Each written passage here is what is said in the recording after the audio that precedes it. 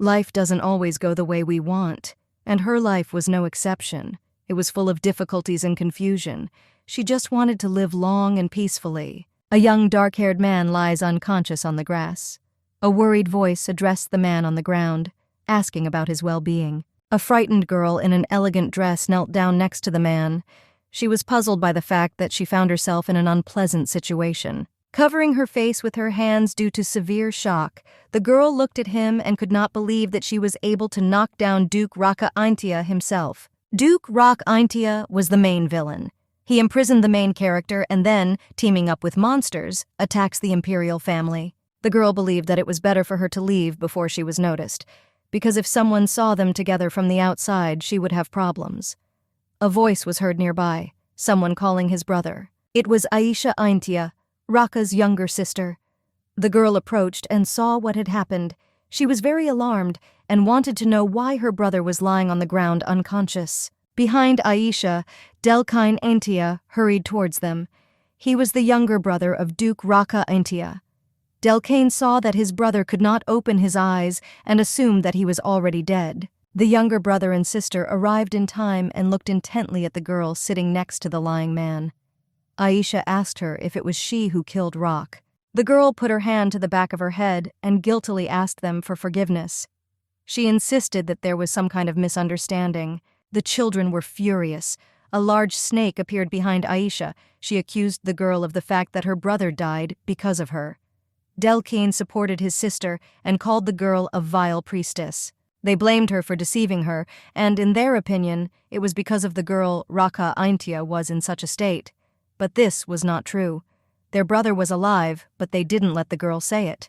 About half an hour ago in the palace, someone present asks Maya if she is ready. The girl opens the door, dressed in a beautiful dress, but her face is full of bewilderment. She discovers that she does not understand where she is. She is surrounded by people in ceremonial attire. They are excitedly discussing Maya's condition.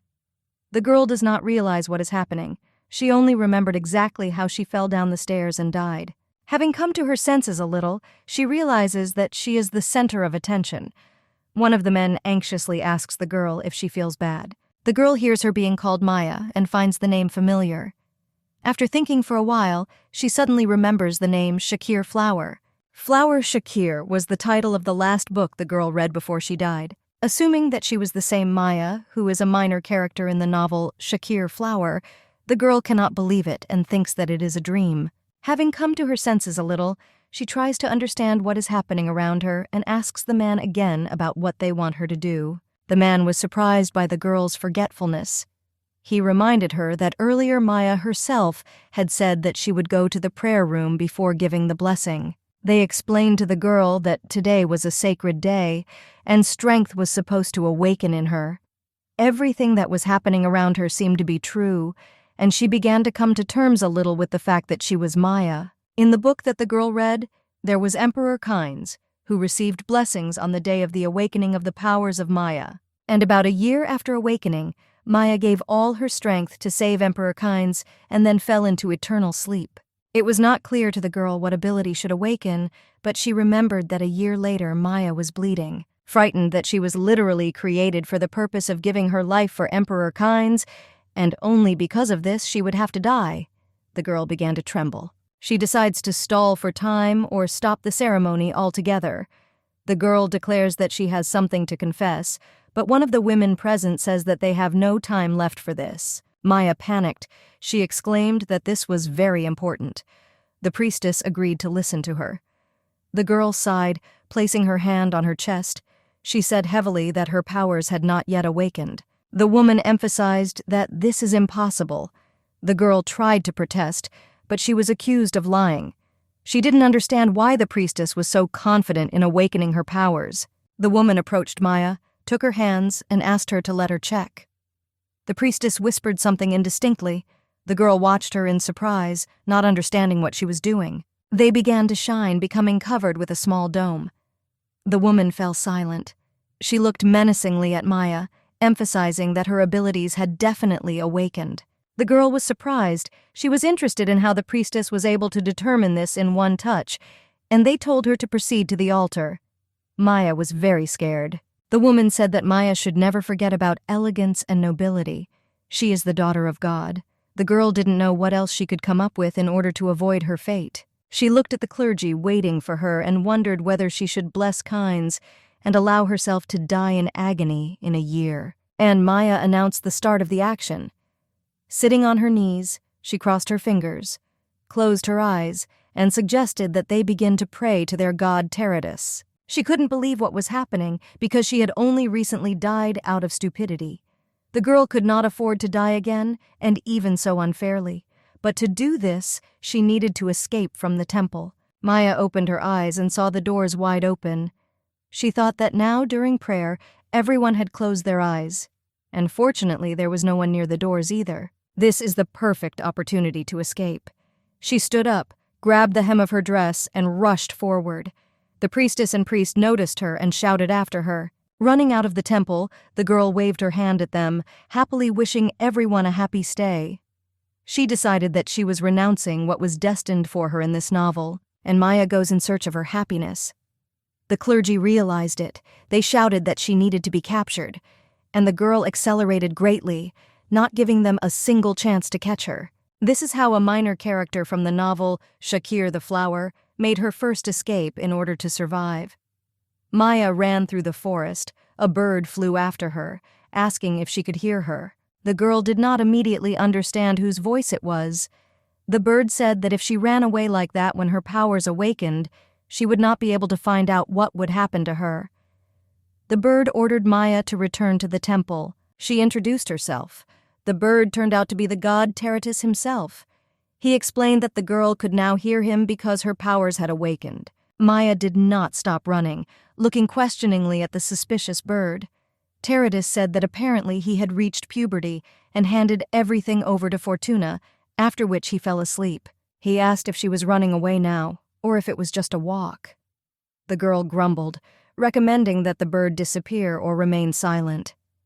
Her strength was at its limit, and the screams of the clergy were heard behind her.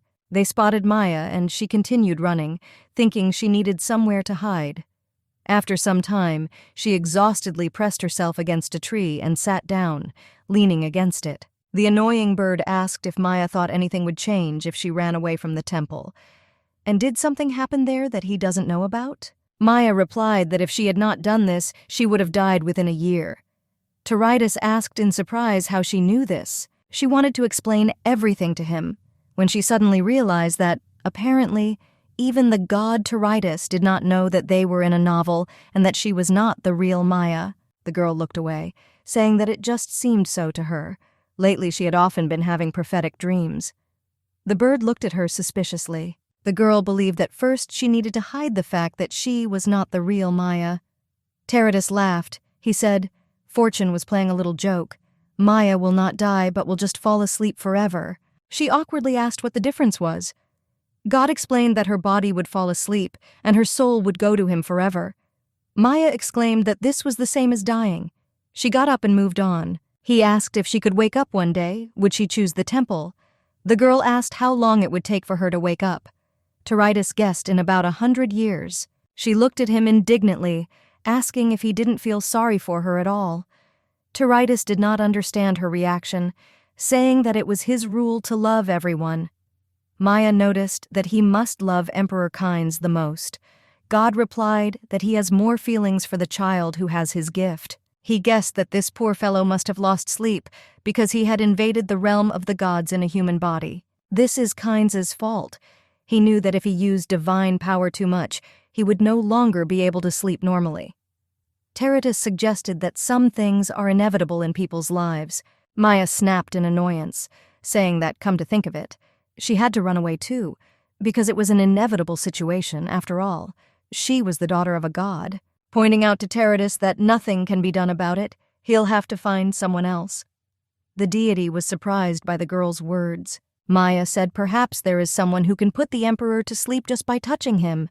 She thought, for example, of the main character, Reina Adrienne from the novel Shakir the Flower. God objected. He needed Maya. He believed that only she could solve this problem. The girl refused to give the emperor's blessing to her own detriment. Tacitus continued to persuade the girl, saying that he would talk to the emperor so that he would use his divine powers as little as possible. Maya continued to flatly refuse to return. She thought that as long as there was a villain, the emperor had no choice but to use divine powers.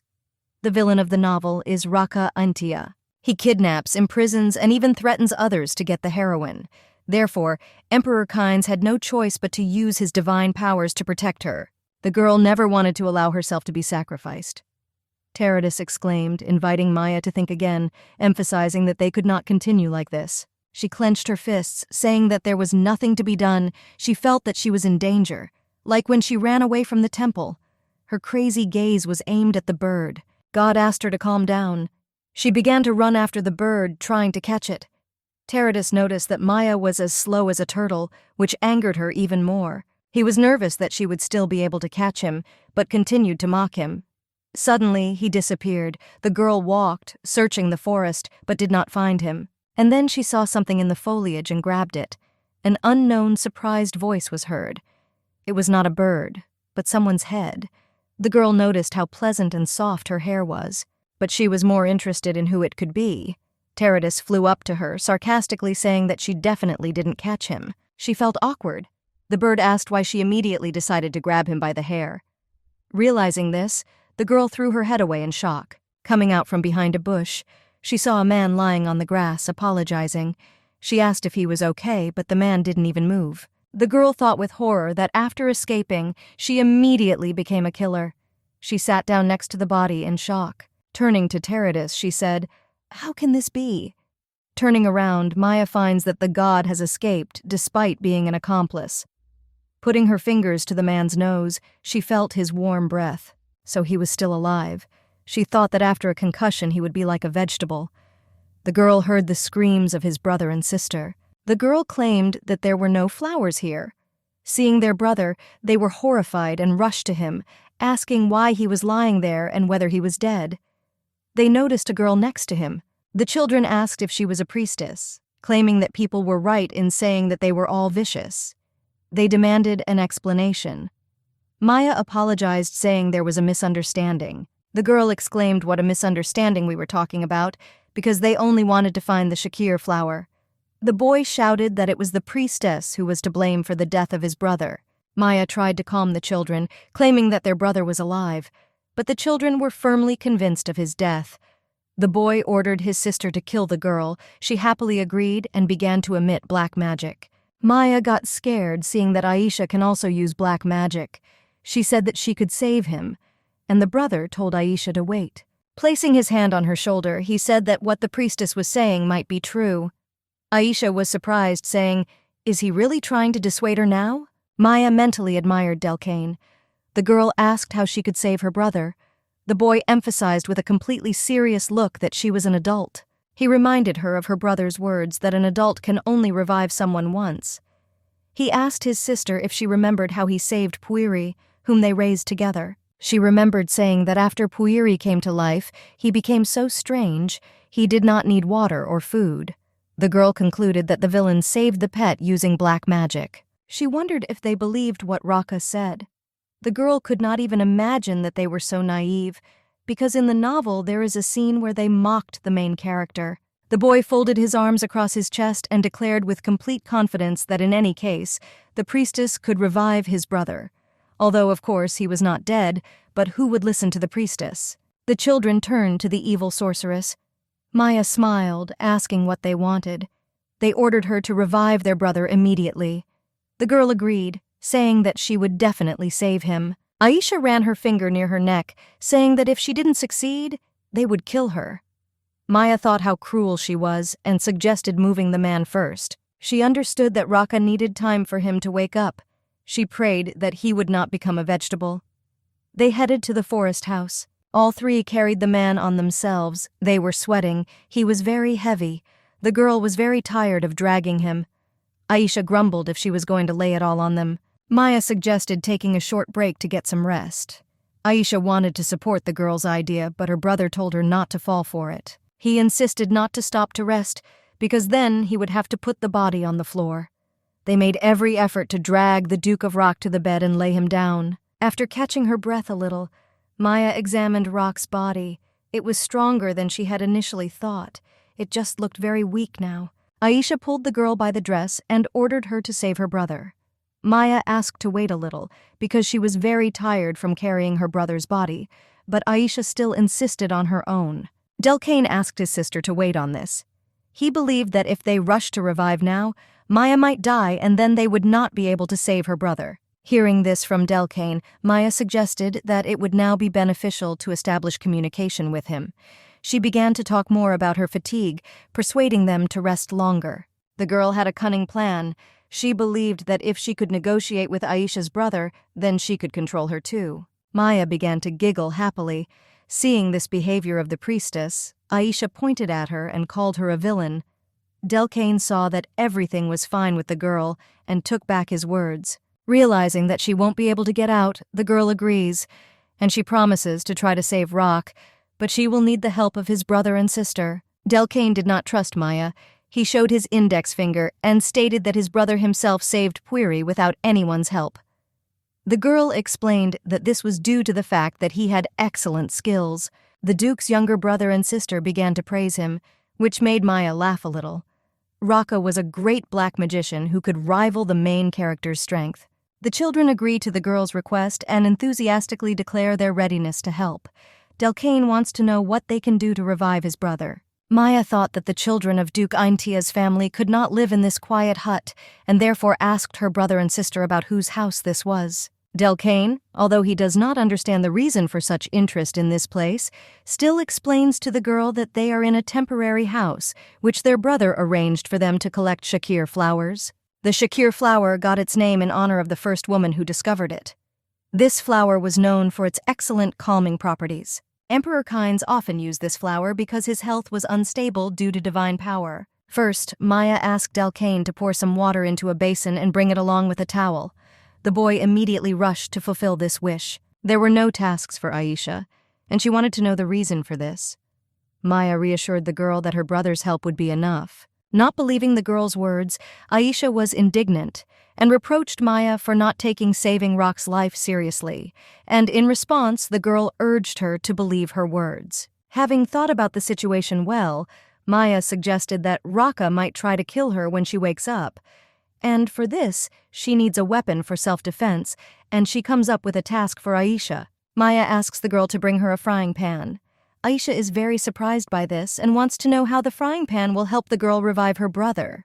The girl explains her request by saying that every adult has his own life-saving ritual, and every person has different devices for this. Aisha began to understand that the frying pan was a ritual device.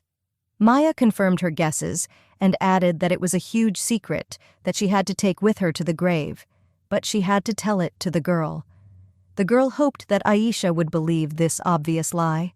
Believing Maya's words, the girl thought that when she became an adult, she would also be able to save someone's life. The girl agreed to bring the frying pan, but before leaving, Maya asked her not to tell Delcane about it, in order to keep her method of reviving people a secret. After the girl also left, Maya was able to calmly sit on a chair and rest. She had been very nervous all this time, and now her body was aching with fatigue. Maya looked at Rock. She was very worried about having to use the frying pan. If after this he is unconscious again, then when he comes to his senses, he will immediately try to kill her. Night fell and the children lay down on the bed together and fell asleep. At this time, Raka was still unconscious. Waiting for the Duke to come to his senses, Maya could not sleep and watched him closely.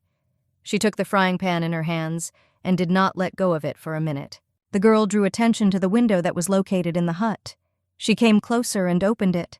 This seemed like a good option for her to escape. Maya turned around once again to look at Raka.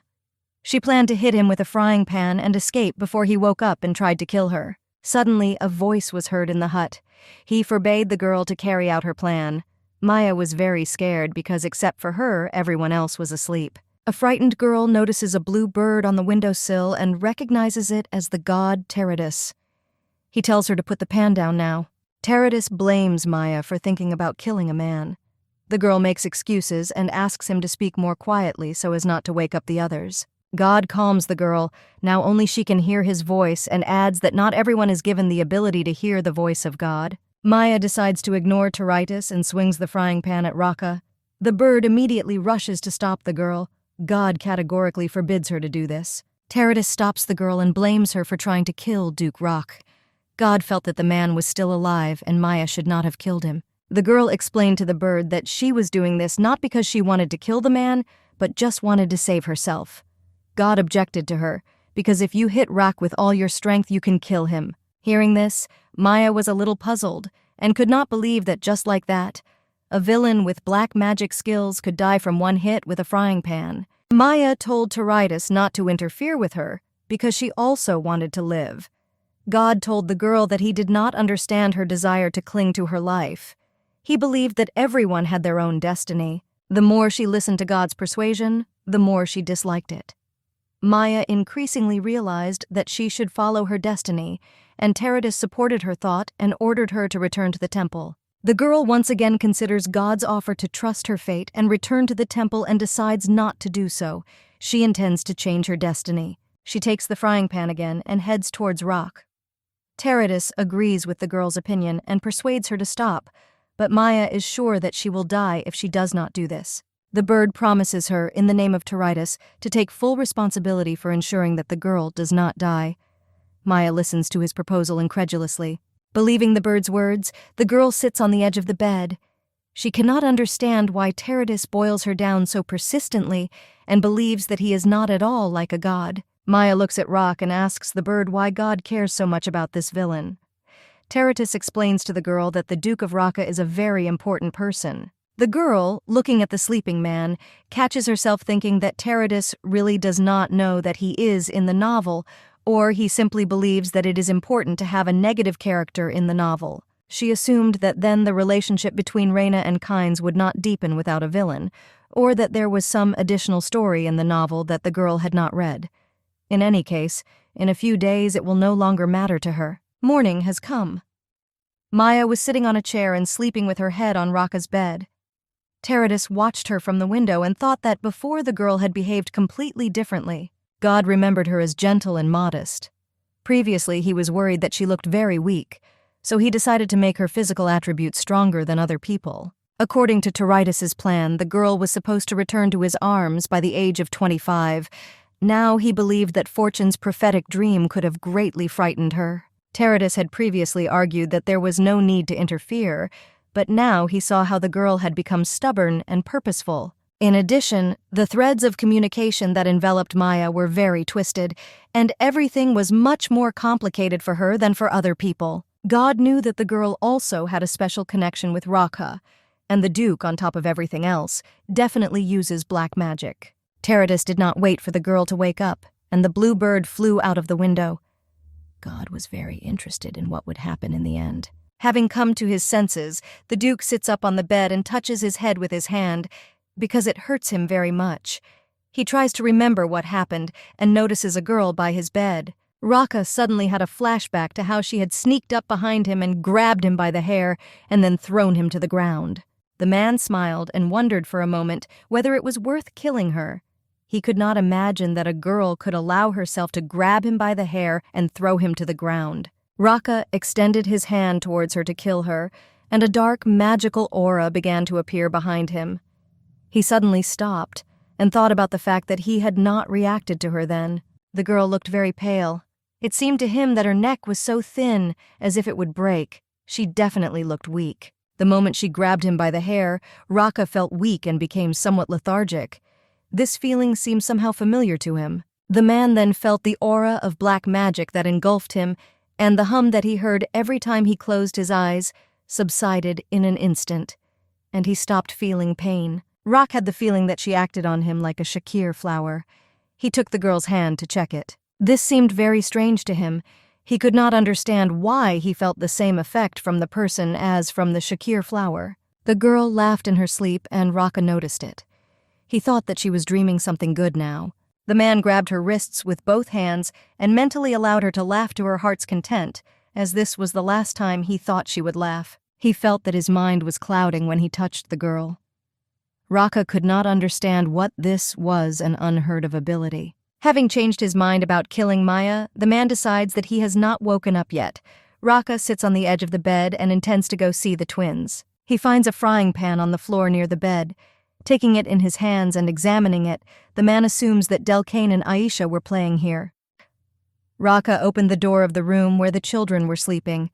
He barely had time to cross the threshold when the flames of the aura of black magic rushed towards him. The man saw Aisha and called her by name. Raka explained to the girl that before attacking, she needs to understand who is standing in front of her. Aisha was still in bed and did not expect to see her brother and attacked him with magic. Raka felt that the girl should be given credit for her ability to cope with difficulties and her quick reaction. Delighted at the appearance of her older brother, Aisha began to wake up Delcane. She told him that the evil priestess saved Raka. Delcane replied that he was confident that Maya would succeed. The elder brother stood in bewilderment and listened to the twins' dialogue. He thoughtfully touched his chin and tried to find out the details of what they were talking about. The children looked at their brother excitedly. Aisha asked Rock about his appetite, and Delcane was worried that his older brother would not become like Puiri. Raka put his hand on the back of his head. He remembered how Delcane cried over the loss of the animal, and he revived it with the help of black magic. Puiri was a squirrel-like creature. The man gave it to his younger brother for his birthday, and after his death he revived it. There were many disadvantages of reviving someone with black magic, and Raka did not want to talk about them, so he said that every adult can save the life of another once in his life. The elder brother reassured the children he was an ordinary person and also wanted to eat. Aisha and Delcane admitted that they were very afraid that he would become the same as Puiri. Raka inquired about who saved him. The children replied that it was the evil priestess, the woman who was in his bedroom. Then he wanted to know how exactly she did it. Delcane said that the girl asked him to fill a basin with water and bring it along with a towel. Aisha was in no hurry to talk about what she had done. The older brother asked the girl to tell how it all happened. The girl hesitated, but admitted that the priestess had shared with her a secret that she needed to take with her to the grave. Hearing this, Raka looked at the frying pan again and tried to connect the two things. He couldn't understand what the girl wanted to do. Aisha said that the priestess had to perform her sacred ritual using a frying pan in order to save her older brother. Raka suggested that the girl needed the frying pan to cook food and then add poison to it and poison the children. But then it was not clear to him who could have sent the killer. On the other hand, the priestess seemed weak to him for a killer. Raka knew that he had many enemies, and perhaps this girl simply hated him for something. Everything seemed very unclear to the man. He discovered an ability in the girl that he had never seen before and, among other things, many strange things. Raka decided to follow her for some time. Maya woke up after Raka left the room and found his empty bed. She was surprised that there was no one there. Looking at her hands, the girl discovered that they were shrouded in a white glow. She assumed that she died after all, or perhaps died in Maya's body and was reborn in a new body. The girl went to the mirror and looked into it. There she saw herself in Maya's body and was glad that she was still alive and Raka had not killed her. Feeling relieved that everything has remained the same, Maya realizes that she is very hungry and decides to go in search of food. Maya was very interested to know about what kind of food is prepared in this world. She opens the door of the room and sees Rock in front of her holding a frying pan, which, in her opinion, has become even cleaner. Raka noticed that Maya slept well. The girl smiled and put her hand behind her head, and then, a little embarrassed, greeted him good morning. Looking at the girl, the man said that if you looked at her, no one would have said that something had happened to her. Maya felt guilty towards him and asked for forgiveness for grabbing Rock by the hair and then throwing him to the ground yesterday. Now, Raka understood what really happened yesterday. He said that if a person makes a mistake twice, he sends him to the underworld. He then asked her if this was all an apology. Maya looked guiltily at the floor. She no longer knew what she could add to her apology. In any case, the girl could not admit to him that she wanted to hit him with a frying pan. Children entered the room. Aisha wanted to know if they would have soup for breakfast, and if the evil priestess had left, and Delcane was completely dissatisfied with his surroundings and wanted to get home as soon as possible. Wishing Aisha good morning, Maya was pleasantly surprised that the girl reacted calmly to her, but Aisha asked why the priestess was still here, and Maya mentally took her words back. The girl replied that she was going to leave today. Maya pretended to be awkward and added that now she could definitely go about her business. Then she said goodbye and quickly headed out. Maya was glad that she managed to leave them as naturally as possible, but before she could leave the house, Raka called out to the priestess. She was surprised by his address. The man asked the girl if she saw any other clergy here. It looked like he was looking for an excuse for her to stay. Maya hesitated, because she was only in the body of a priestess, and in fact was not a priest either. She replied that there was no one here except her. Raka handed the frying pan to the girl. He asked the girl what she wanted to cook, and since the pan was dirty, he washed it. The girl had a hard time trying to imagine how the main villain in an apron, rolling up his sleeves, could wash a frying pan. The man leaned closer to Maya, making her even more nervous. And he said quietly, "If she wanted to poison the children, then this time Raka will pretend that he didn't notice anything, and next time he won't leave it so easily." Raka added that he hoped that the girl understood everything correctly. Maya was a little surprised by this statement. She had no idea of pouring poison into someone to poison them. Leaving the girl alone, Raka invited her to cook food on the stove that was in the hut. Maya accepted the fact that she couldn't leave so easily and agreed to cook something. Maya was a little puzzled that she would have to feed everyone in this house using only 3 ingredients for a dish. The girl went to the kitchen table and examined the basket of vegetables that were intended for cooking. Then she heard people getting ready for breakfast behind her and turned to look. Aisha and Delcane were already sitting at the table. Maya had to prepare such a breakfast that the children could also eat, otherwise they would not have spared her. Taking the onion in her hands, Maya began to think carefully about the dish because she had already been cooking for herself for 6 years. After some time, she brings delicious-smelling fried potatoes with onions and carrots to the dinner table. The children were unhappy with the dish they saw. Delcane looked at the plate with disgust, and Aisha declared that she hated vegetables. Maya kindly explained to Aisha that this food was a little different from what she was usually used to eating, but she should try this dish. The girl was very surprised at how much the children did not want to try these vegetables. She had never in her life heard of anyone not liking fried potatoes. Realizing that Aisha could not be persuaded, Maya asked Delcane to try her dish. The boy excitedly picked up the fork and was almost ready to take a piece. Raka took the plate from Delcane and declared that he would be the first to try the fried potatoes. The man looked at Maya suspiciously and said that it would be better this way. Maya was worried because of Rocky's suspicions as he himself had seen her preparing food. The girl admitted that she did not add poison, and Raka replied that no one said anything about poison. The man put some potatoes in his mouth and began to chew, while Maya stood and made excuses for simply notifying Raka that there was no poison. Delcane was worried about his older brother's condition and inquired about his well-being. Raka chewed the potatoes a little and replied that this food could be eaten. Maya thought the man liked the dish. Maya was very pleased with what she had prepared. Delcane also joined his brother and began to try breakfast, which he also really liked. The brothers invited Aisha to try the delicious potatoes too, and she apprehensively took a piece with a fork and began to eat it.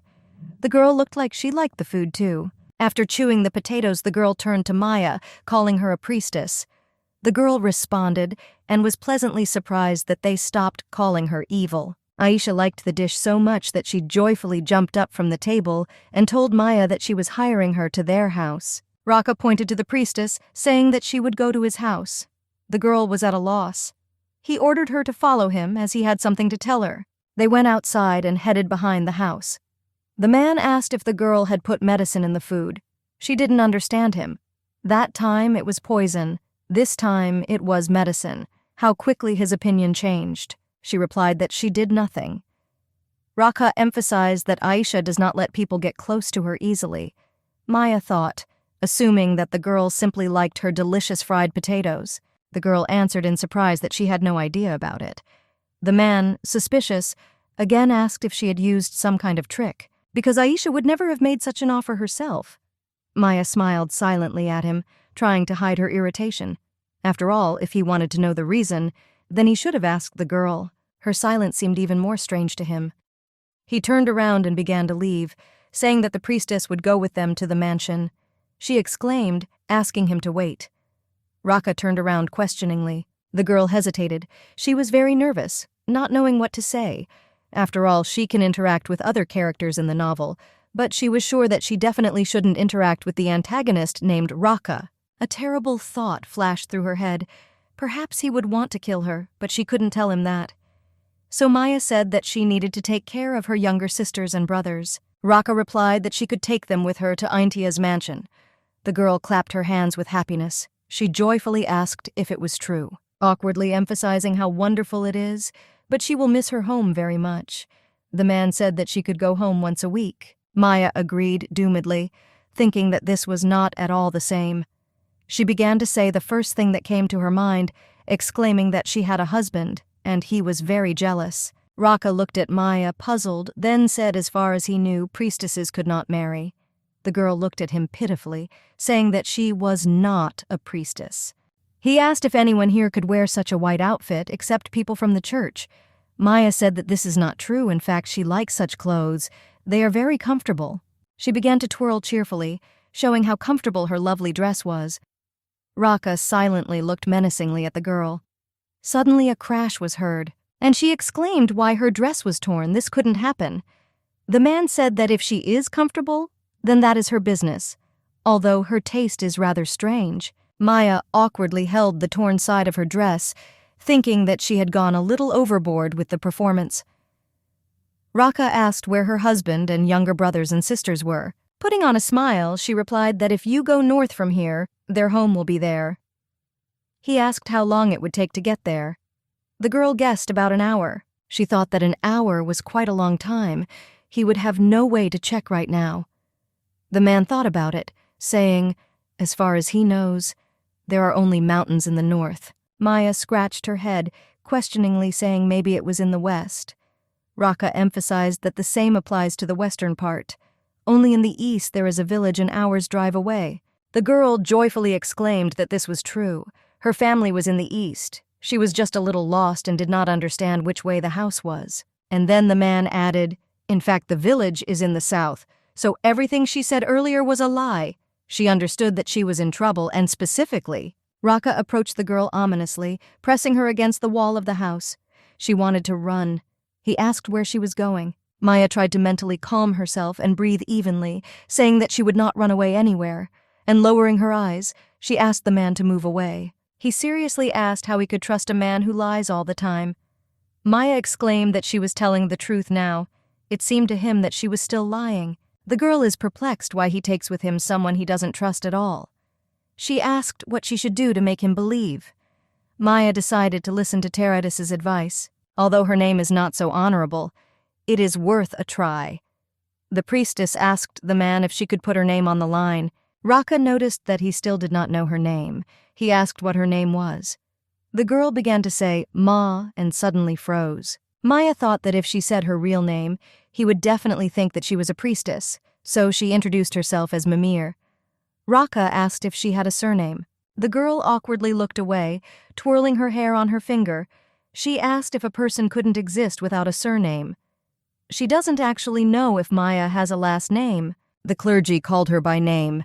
The man asked if she really didn't have a last name or if she just didn't want to tell. The girl said it was true. She doesn't actually know who her parents are, and it was true, because this line was never revealed in the novel. Maya may have a last name, but no one knew her because she is just a minor character who complements the arc of the main character Kynes. And even when she suddenly dies, no one was interested in it because she is a minor character. Hanging her head, the girl thought that perhaps it would be better if she was born from some travelers, so that she would not die as mediocrely as, for example, she did. Seeing Maya's saddened look, the man noticed that it seemed that she had just told the truth. She confirmed his words, thinking that his voice had become calmer. The girl hoped that the black magicians did not have some kind of lie detector. She thought, what if she learned black magic? Perhaps this way she can get rich and start a reference agency. Raka asked what kind of look she had. Maya smiled, asking what was wrong with her look. She was afraid of what she might accidentally say out loud about the referral agency. He began to emit black magic, saying that her eyes had just been half possessed, something he had seen often before. Raka tried to remember where he saw that insidious look. Approaching Maya very close face to face, he emphasized that he had definitely seen him somewhere before. His crazy look scared the girl. She said that it didn't matter, offering to return to their conversation. He asked if she knew his name. The girl said his title and name. And besides, the Duke is good at black magic, but it's better to keep it a secret. After all, everyone will find out about this only after the main character, Reina, is kidnapped. The man assumed that the twins told her about this. Maya laughed, confirming his words. But of course it was a lie, because when they saw her, they began to fuss and shout. Raka looked at the girl appraisingly, emphasizing that she had also done a good job with the children today. Maya giggled, saying that she had her own methods. What she really thought was that she was simply using the lies she had told the twins earlier. The man said it would be nice if she became a nanny for the twins, noticing that their nanny had just recently quit. The girl said that this is not surprising. Raka asked what she meant by this. Realizing her mistake, Maya panicked. She apologized for being lost in thought and asked the Duke to repeat it. An awkward silence fell between them. Then Rakan nevertheless repeated that he wanted to hire the girl as a nanny for Aisha and Delcane, even though she still seemed just as suspicious to him. But he had never seen anyone get along so well with twins, since even Aisha herself wanted to hire her. But he can ask Shiram to keep an eye on the priestess while she works. Rakan decided that he would do so. Maya thought if she is suspicious, then why doesn't he just let her go? The girl thanked the Duke for his kindness, but in fact she had no intention of going to their mansion. She believed that if she went to them, she would not have a normal life, because Maya would always worry that she could be killed at any moment, but of course she could not tell this to Rakan. The man offered 500 kirks. She asked if the Duke really believed that everything was done with money. Rakan was sure of it. Hesitating, Maya said that not all people are like that, and the man offered 700 kirks. The girl exclaimed negatively. Then he offered 800. She was starting to get angry and asked if he thought she would agree. And Rakan raised the fee to 900 kirks. And suddenly Maya fell silent. She thought that with this money she could live peacefully in another country. But she was still tormented by doubts. And then the Duke offered 1,000 kirks. Maya immediately agreed. She was inflamed with a desire to work for the Duke, considering that on 6,000 kirks, you can live the rest of your life in complete prosperity, and this is only 6 months, so she should have taken this chance. She may even be able to prevent Rocky and the main character from meeting. Then Kynes will not need divine power, and Maya will be able to survive. The Duke called out to the priestess from his thoughts. He mockingly asked if she was the one who said that money would not affect her decision. Maya replied that she did not agree to work for the money. They returned to the house. Raka sat down on a chair and could not stop laughing. Maya exclaimed, demanding that the man stop laughing. He agreed, but didn't stop. He asked the priestess again if 1,000 kirks would be enough for her. She looked away and asked him to promise that he wouldn't kill her. The Duke asked why he needed this. The girl hesitated, saying that in fact she was in danger. Raka indifferently asked from whom. Maya was silent. She thought that, of course, from him and from Emperor Kynes, especially from Rock, who kills all the people he meets on his way. He asked if she was saying that because Aisha threatened to kill her. The priestess denied, although Aisha really threatened her. Raka says everything fits now. That's why she wanted to kill the twins the next day. Maya said there was a misunderstanding. The man said that he understood everything, because survival is a basic instinct. Maya felt very embarrassed, because she believed that everything was completely wrong. It seemed to her that she was being made the most evil person in this world. The door burst open and Aisha suddenly rushed into the house, asking what the two of them were talking about for so long. Maya got scared. She jumped away from the door out of fear, and Raka caught her by grabbing her waist. She tightly grabbed his shirt on his chest with her hands and asked for forgiveness for such awkward intimacy. She then tripped and fell to the floor, dragging the Duke with her. The man leaned on her. He was too heavy, and Maya asked if he was okay. There was a strange smell of black magic. Raka came close to her face, and Maya pushed him away, asking what he was doing. The man told her not to push him away. He asked why he felt so good. The girl was trembling with fear. She asked what he was talking about. The Duke pulled her to her feet, putting his arm around her waist, and said that he was talking about her. Delcane entered the house, asking Aisha why she was standing at the door. The girl looked at the adults in shock, and when he saw what was happening, the boy blushed no less than his sister. Delcane asked his sister if this is what adult relationships are. Aisha assumed that it was so. They weren't wasting their time. The priestess awkwardly pushed Raka away from her. the boy exclaimed enthusiastically. Now they can call the priestess daughter-in-law. Aisha was indignant, it sounded crazy. Delcane asked why she thought that, since it seemed like her brother and sister-in-law had become romantically involved. Aisha protested, saying that being a daughter-in-law is completely different. You have to get married there. The boy said that they could get married because she already saved his life. Aisha still didn't like her brother's idea. Maya had all her thoughts on Aisha's side. Delcane asked if his sister remembered the book his brother read to them. It said that a person who saved the life of another was actually destined by fate. Maya was interested in this book. The girl exclaimed why they couldn't save her then. Delcane folded his hands on his chest and answered quite seriously, "This is all the will of fate." Aisha covered her ears in anger so as not to hear her brother's nonsense. She screamed that she didn't want to hear him, asking if it was a dog barking there somewhere. While Maya was watching the children quarrel, she did not notice how Raka approached her. The children continued to argue. It seemed to Maya that Raka fell asleep leaning against her. Delcane demanded that Aisha address him with respect because he was born before her. The girl grabbed him by the collar, claiming that the difference of a minute was completely unimportant. Things were getting close to a fight, and Maya asked the children to stop. They grabbed each other by the hair and began to pull. The priestess again tried to attract attention to herself, but they did not listen to her at all. The girl thought that on one side of her there were two puppies barking at each other, and a large dog was hanging on her. She didn't know what to do. Maya called Rock, and he immediately answered her. He removed his happy face from her shoulder and looked into her eyes. The girl felt as if he was bewitched. Rock's ears and cheeks were flushed as he gazed at Maya.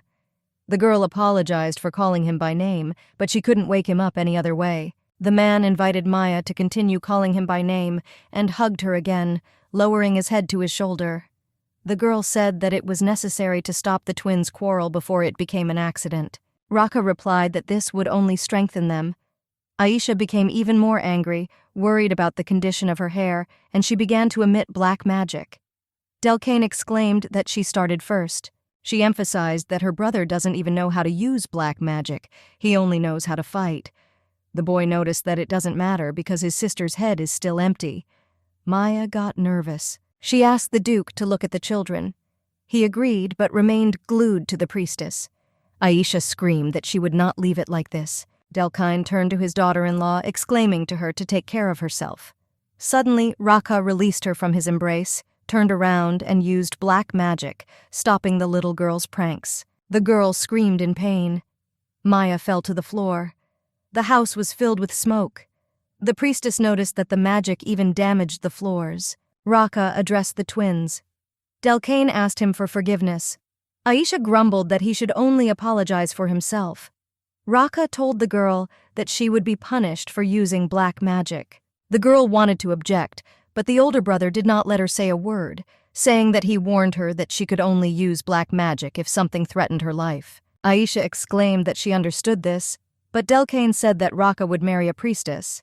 He looked questioningly at his sister, and the girl blushed and exclaimed even more forcefully, asking when the two of them had become so close and whether her brother was really going to marry her. Maya became nervous. From her endless experience of reading romantic fantasy, one can say that in such situations, villains can lose their temper. The girl jumped up, and standing between Raka and the children, she asked to wait. She was ready to provide an explanation. The man asked what it was for. He was sure the priestess was using some kind of trick on him. Maya looked at him indignantly because she was the one who pushed him away when he hugged the girl. She exclaimed that she had done nothing of the kind. Raka approached the girl, asking if she wanted to say that she brought him to this state, but did nothing. Maya turned to the children, objecting that because of his absurd speeches, the children might misunderstand everything. The man smiled contentedly, saying that he was telling the truth, which could be misunderstood here. Aisha shuddered. Delcane emphasized, as she saw he was right. The girl still couldn't believe it. He told her to just accept it. As Maya feared, they had already misunderstood everything. The girl was upset. No matter how hard she tried, everything only got worse. She sat down, burying her face in the table. Raka suggested that we talk frankly since the children had already left. She repeated again that she didn't do anything. He emphasized that it was better for Maya to tell everything now, while she was politely asked. Raising her head, the girl objected that she was telling the truth. She concluded that Raka did not behave this way of his own free will, but looking at him it was clear that he himself did not understand anything. Maya wondered if it was possible that she too could use black magic. Although it is doubtful that a minor character would have such a skill, Raka asked if this meant that he himself went to the priestess for no reason. The girl emphasized that in fact, she is good at keeping secrets, and she can pretend like nothing happened. Raka looked at Maya horribly. His gaze frightened her. She clapped her hands joyfully, saying, "And nothing would bind them." The Duke asked if she didn't like him that much. The girl was surprised, suggesting that she had heard, and he repeated his question. The man turned away, exhaling. He told her to forget about it. It seems that he has gone crazy after all. Maya was tensely silent, thinking that he was right, and he suddenly looked at her ominously again. Maya turned away sharply, thinking that she had relaxed too much. She laughed to dispel the awkward atmosphere. Raka ordered her not to laugh as it annoyed him. The girl obediently agreed. Raka threatened that if Maya did not tell what happened, he would come to the mansion and search for information on her. He finds out who she really is. The girl calmly replied that she understood him. In fact, she was very worried that if he found out who she really was, would he send her to the temple. The man approached Maya, leaning over. He asked if she knew what this meant. The girl replied that she had no choice because he would find out everything anyway. Raka emphasized that if he finds out about this in the mansion, then many will know who she is besides him. Maya tried her best not to show her fear. She asked what was in it for her. And he added that some might not like her dubious personality, and she could be kicked out or killed. The girl recalled the Duke's promise not to kill her. The man said that he might change his mind if others insist on it. Maya clenched her hands into fists. She believed that if she returned to the temple, her efforts would be in vain. She ran away, was going to work as a nanny, dreamed of the future. Was it all in vain? Raka said of course he doesn't want to kill her, because no one can handle twins like she can, and even so that the children themselves asked her to become a nanny. Maya suggested just pretending nothing happened. She had hope, and she decisively said that she was ready to become the twins' nanny. She hoped he was serious when he said he wanted to hire her as a nanny. Raka was surprised because they had already agreed that Maya would be their nanny. The girl recalled that she had not yet signed the contract and that he himself believed that she was only a hindrance for him. The man looked away thoughtfully, saying that he had not thought about it. Sitting down at the table, Raka said that he must apologize for being lost in such negative thoughts. He smiled, saying he should have been more patient. Either way, Maya hasn't done anything wrong, so there's no need to find out who she is just yet. He would gradually learn about the priestess as long as she was around. Therefore, she should not refuse to be a nanny. The girl looked at him silently. It seemed to her that the Duke was kind to her. The door of the house opened. Delcane exclaimed that he had arrived. The boy was holding some kind of plant in his hands, saying that he could not find anything. They all dried up like this one. Maya asked what it was. The Duke replied that she did not need to know. Delcane added, "This is Shakir's flower." Raka looked at him menacingly, and the boy fell silent. The girl asked if the boy really went with Aisha to buy flowers. He replied that he went alone because Aisha went to her room and did not come out. Raka examined the flower, asking if it was possible that the boy had taken a bad look. "Looks like he'll have to go and check." The man stood up from the table and announced that the priestess would go with him. She exclaimed in surprise, mentally asking him to leave her alone. Maya screamed, "No matter what, she won't go anywhere." The Duke inquired about the reasons for her persistence. The girl smiled, saying, even if there is a reason, he will still force her to go. Maya thought that she did not have time for some flower hunting. Raka says if she has any reason, he will listen to her. The girl asked not to force her to go if she told. The man agreed. And Maya said firstly her dress was torn, showing the side. She added that she could not go out like that. Raka says it can't be seen if she doesn't raise her hands. The girl embarrassedly said that she was still embarrassed by this look, because no one wears torn clothes. The man thought about it. Maya thought that her persuasion was starting to work. She continued, secondly, she is a real homebody, so Maya does not like to go out. She told about all the reasons. so she emphasized that the Duke should go himself. Raka asked if the priestess was calling these reasons. The girl became nervous, considering them weighty. Delkine, sitting at the table, listened to this heresy. He said, turning to his brother, that he must keep his promise because it is important to keep your word. He asked his daughter-in-law if he was right, and Maya, tearing up, agreed with him that promises must be kept. She thought that the boy was her only savior in this dark world. He is a real angel. Delkane asked if his brother had forgotten that promises must be kept. Maya did not miss the opportunity to support the boy. Raka knew that he could not find a way to turn the situation to his advantage. Maya stroked the boy on the head, saying that keeping promises is the main rule in life. She asked him not to forget about it. He agreed because it was not difficult. Raka watched their unity nervously. Maya looked contentedly at the man, saying that Delkine should watch the Duke. He would set an example for him. The clearly angry Duke, closing his eyes and holding back his emotions, said that he had gone to get flowers. The girl thought that this 2-1 was not in favor of darkness, and this is more the merit of his blood relative. Maya and the boy left the house. They happily waved after the man, saying goodbye to Rakan and wishing him good luck. Maya sat by the window, sighing sadly. She recalled how Rakan threatened her, saying that the girl knew what would happen to her if she ran away in his absence. Delkine called to the priestess, handing her a cup. He offered her a drink. The girl happily thanked him. She was surprised how blood relatives could be so different. The boy awkwardly apologized to his daughter-in-law. He hoped that she could understand him. He became very embarrassed, saying that his brother did not express himself very well, but he is sure that he sincerely loves her with all his heart. Maya blushed.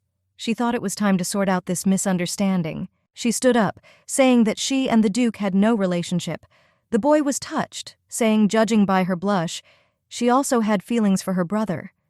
He's a little mean, but he really likes her. Maya thought that everything was completely wrong.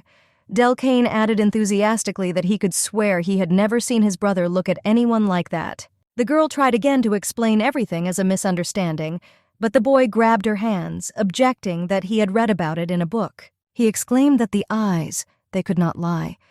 He said that he understands that his daughter-in-law is angry now, but could she forgive his brother at least once? Delkine looked with such a sweet, pitiful look. The girl understood that it would be extremely difficult to convince him, so she simply replied that she understood him. She thought that perhaps Delkane, on the contrary, would be the hardest. Meanwhile, Raka walked through the forest in search of Shakir's flowers. His search went poorly. Raka found only dried Shakir flowers and not a single living one. He was upset, thinking that this had never happened before. These flowers belonged to the imperial family, so he had no choice but to steal the flowers. He wanted to look around some more when he suddenly heard voices. Turning around, he saw the imperial knights. One suggested that the other look for flowers instead of working on the temple.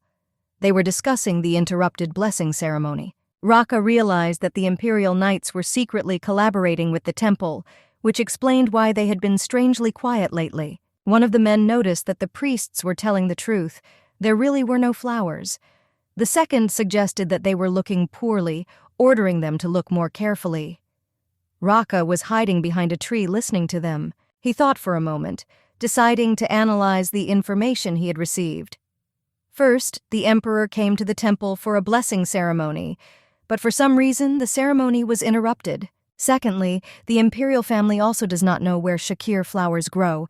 Thirdly, flowers are not growing now. Therefore, he believed that he needed this woman, Mimir, a woman who has abilities similar to the Shakir flower. Raka was pleased that he managed to persuade her to become the twins' nanny, but he was worried about one problem. Why then, when he hugged her, he felt so wonderful. He felt as if he had drunk a decoction with a large concentrate of the Shakir flower.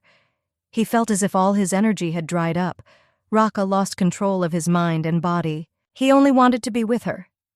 The man assumed that the girl's touch affected him this way. When it comes to touching, there is only one person that comes to mind for Raka. Reina Adrienne. She can put a person to sleep with just one touch. The woman Raka had been looking for a long time. But Mimir is absolutely not like Reina. Be that as it may, the Duke decided that he should never let Mimir go. Therefore, he will now need to buy new clothes for her. It seemed to the man that the priestess was very upset because her dress was torn. Returning to the house, Raka finds the priestess sitting at the table. She had her head on the table and was fast asleep. The man put down his purchases and sat down next to him. Looking at the girl, he thought that she was sleeping well. The Duke was sure, although he did not know who she was, this woman would definitely be useful to him in the future. Delcane entered the house. Raka asked if the priestess had done anything suspicious. The boy replied that she had been sleeping all this time. Then the man asked if Aisha was still sulking. Delcane answered positively, but Aisha suddenly screamed contradictorily, and the door suddenly slammed, which frightened the boy. The boy wondered why the door closed so abruptly. Did his brother close it on purpose in order to protect the priestess in this way? Delcane beamed, believing that his brother loved the priestess after all. Raka was surprised by the boy's reaction. He asked what was wrong with him. Delcane replied, "Nothing unusual." And he began to leave. His brother warned that they would be leaving tomorrow morning. Yawning demonstratively, Delcane agreed, saying that he would go to his room because he already wanted to sleep so badly. Closing the door behind him, the boy smiled mysteriously. He thought he'd read about it in a book. Lovers should be left alone at the beginning of a relationship. Delcane mentally wished his brother a good time.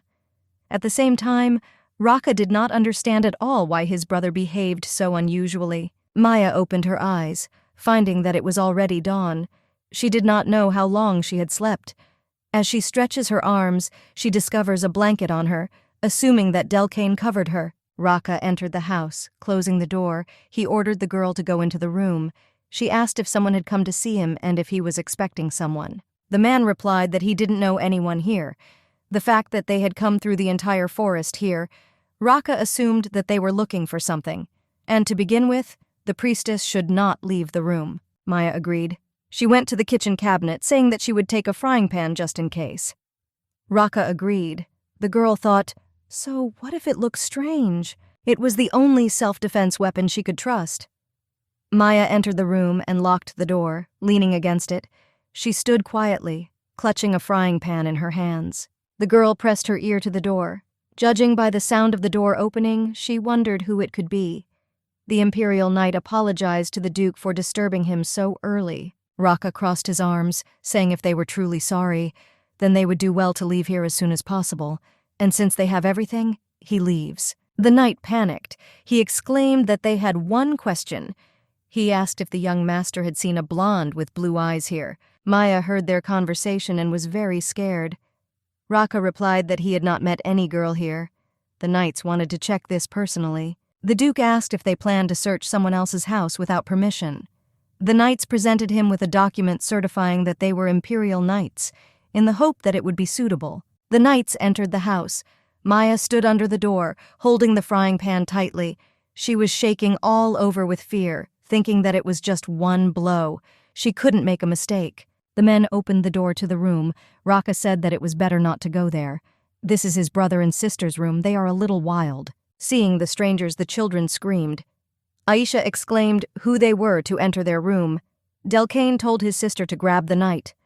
Maya wondered if she should try relying on the twins. She quietly walked to the bed and began to straighten the blanket, suggesting that in any case, it was better for her to cover herself with the blanket and hide. While wrapping herself in a blanket, Maya heard Delcane scream.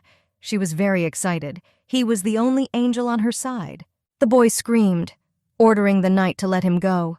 The knight grabbed Delcane and, trying to hold him, yelled what kind of idiot he was and why he was biting. The knight was very angry. He ordered the children to behave normally, not understanding why they were so naughty. Maya jumped out of the room and hit the knight on the head with all her might with a frying pan, ordering him to take his hands off the boy. The knight fell to the floor and passed out. The girl froze, realizing that she had hit a person. Aisha shouted joyfully that she was the one who hired her. Delcane admired his daughter-in-law's coolness.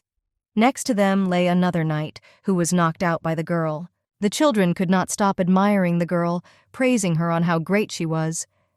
Raka approached Maya and said that they should leave before they woke up. The girl agreed, and they boarded the carriage. Aisha enthusiastically asked the priestess how she came up with the idea of using the frying pan as a weapon. Delcane added that it was a brilliant idea. Maya awkwardly scratched her cheek, saying that she didn't even know what to say. This was also the first time for her. The children said that they needed to write memoirs about this feat. Raka asked the girl why the Imperial Knights were looking for her. Maya asked in surprise if it was her. The man turned to her, directing a piercing gaze at her. He said, "The Knights said they were looking for a blonde with blue eyes." The girl became nervous, answering that it must all be a coincidence. Maya thought it would be better to pretend she didn't know anything. The children were unanimously indignant, exclaiming why their brother was scaring the priestess, since it was she who saved them with the frying pan.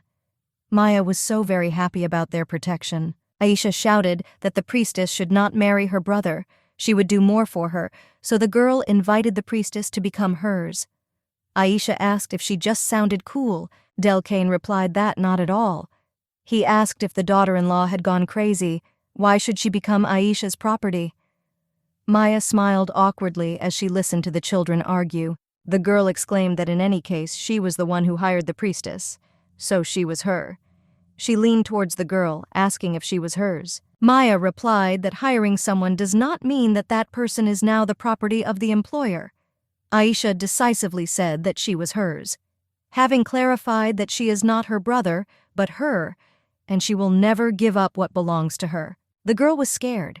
She had previously thought that Raka was a bright representative of a possessed person, but it turned out that he was not the only one.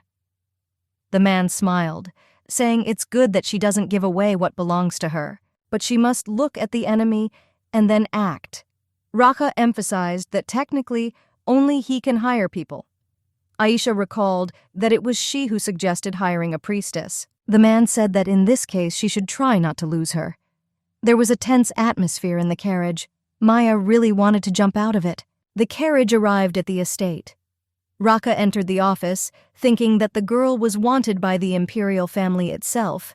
He suggested that it was all because of her characteristics, similar to the effect of the shakir flower. Approaching the table, he began to arrange the papers, preparing a contract for the priestess.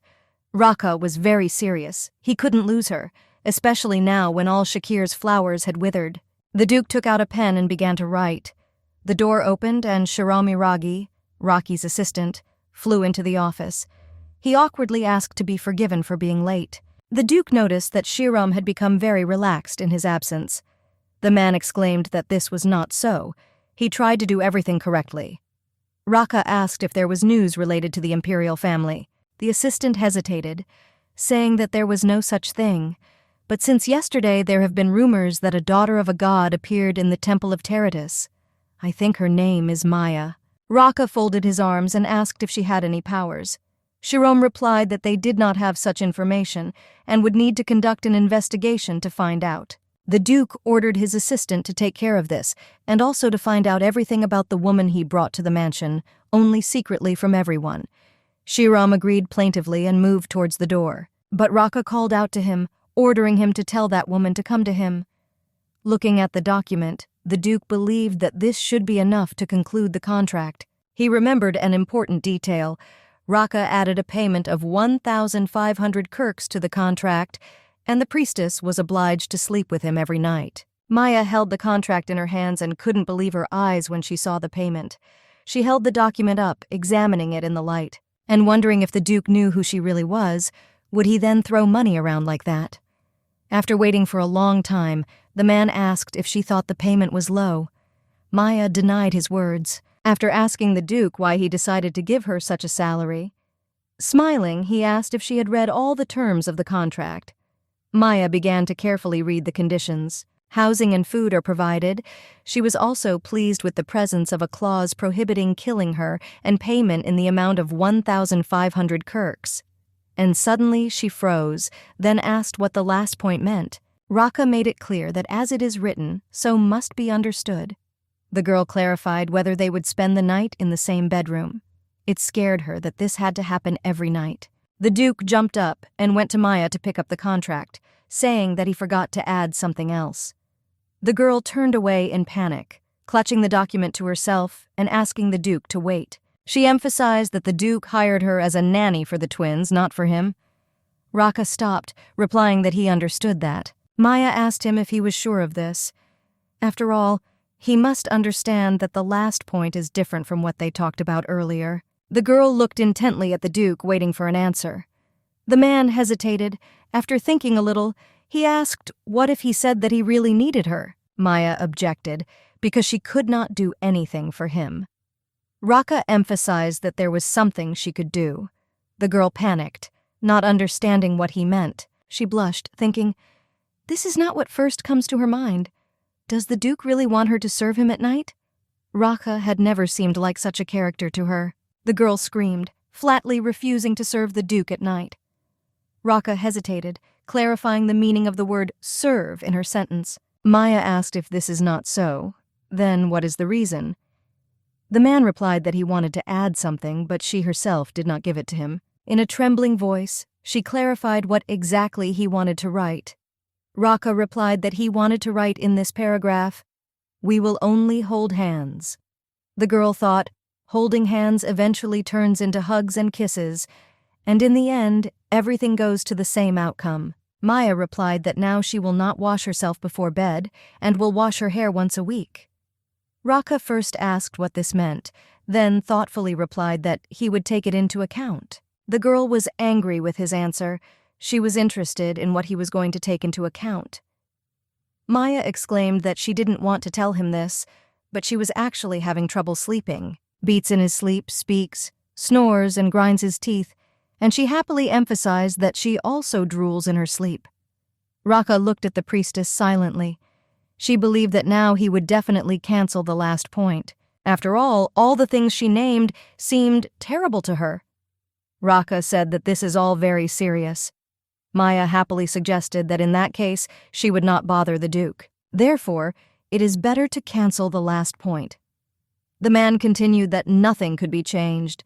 The girl's hands trembled. She exclaimed, "Why not?" Raka replied that he needed the ability she was hiding, an ability that allows her to immobilize an opponent. At this moment, the person relaxes and falls into sleep.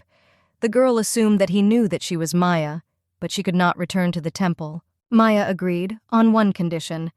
If the Duke breaks the just hold hands rule, then this clause is automatically cancelled. Raka assured the girl that there would be no contact between them other than holding hands. She should not worry. He asked if she agreed now.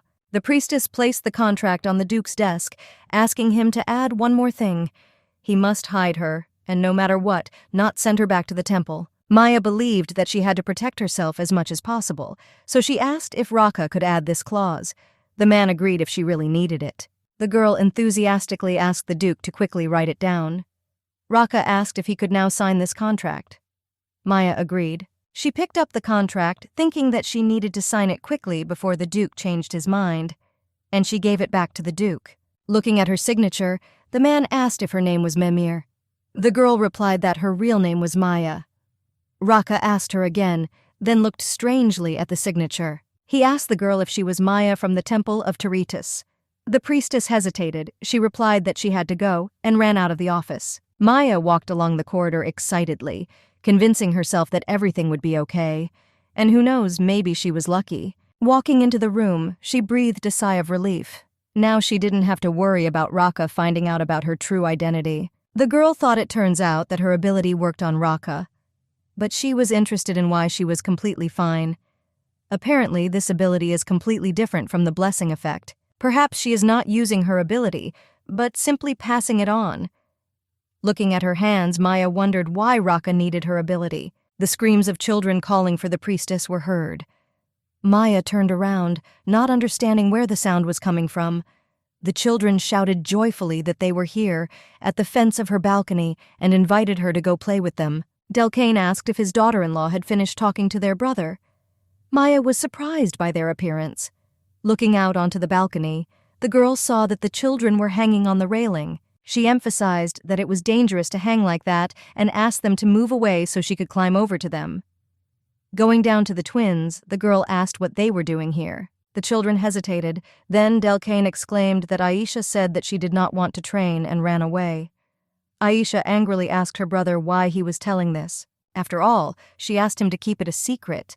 Maya concluded that they were messing around, but she understood them. When she was younger and did not want to go to school, she deliberately chose a different path. The priestess said thoughtfully that there was nothing wrong with that. The children fell silent abruptly, looking at her in surprise.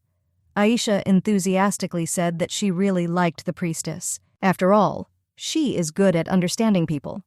Delcane laughed, noting that their brother also fell for his daughter-in-law's charm. Aisha reminded her brother that he could not call the priestess daughter-in-law. Delcane objected. He believed that they should get used to the fact that their brother and sister-in-law were getting married. The girl was sure that this would not happen. Maya quietly hoped that the children would calm down. Aisha asked who the priestess liked better, her or her brother. The girl hesitated because she didn't like both of them. Delcane asked his sister why she was asking such questions, because the answer was so obvious. He assured her that his daughter-in-law liked her brother, and I was sure that my sister herself understood this. Aisha denied everything. The boy said that if his daughter-in-law liked her more, she would not hesitate. Aisha was angry at first, but then, apparently realizing the whole truth, she became very upset. Delcane joyfully took his daughter-in-law by the hand and asked if it would be better for them to play without his sister. He offered to show the girl the mansion. Aisha objected, grabbing the priestess's other hand. She exclaimed that she knew the mansion better than Delcane, and she should come with her. The girl suddenly blushed and froze. Maya got nervous and called her. Aisha began to shake and asked what the priestess had done to her. The girl didn't understand what she was talking about, answering that she didn't do anything. Aisha exclaimed, accusing the priestess of lying. Now Maya was shaking. She smiled silently, thinking whether it would be better for the girl to tell her what was wrong. Delcane asked his sister what happened.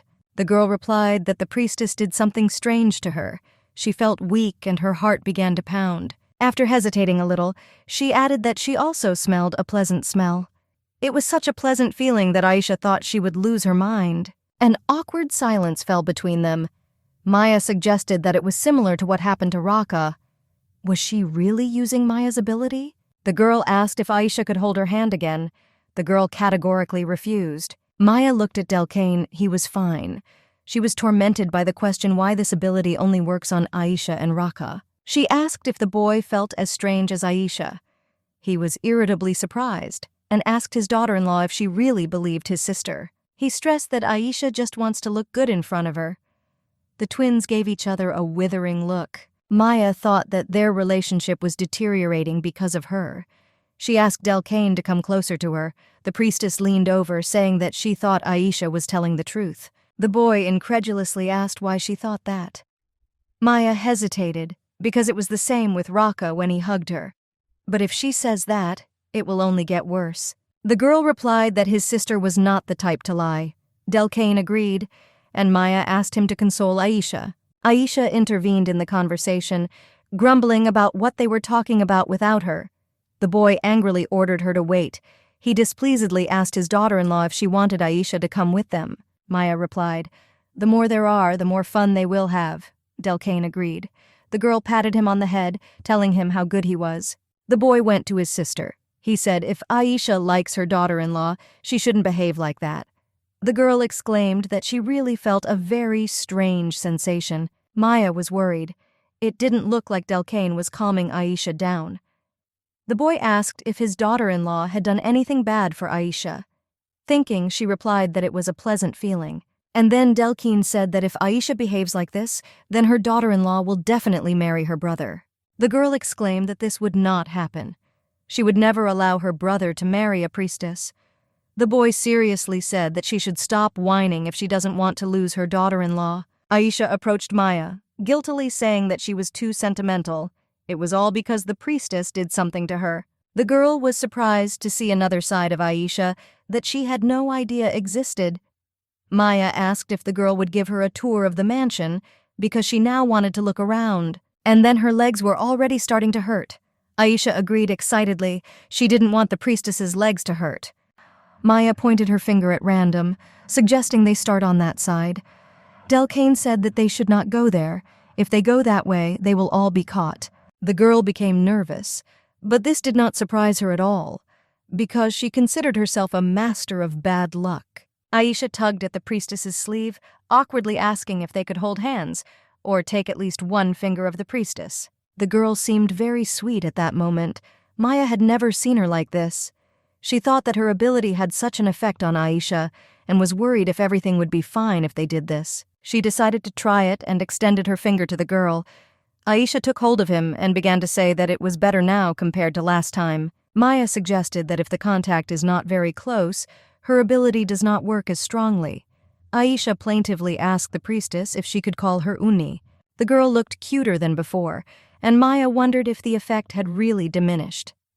After examining the mansion, the girl went to her room, and out of fatigue, she lay down in bed. Maya thought how big this mansion was. Because of this, the journey back was a little delayed.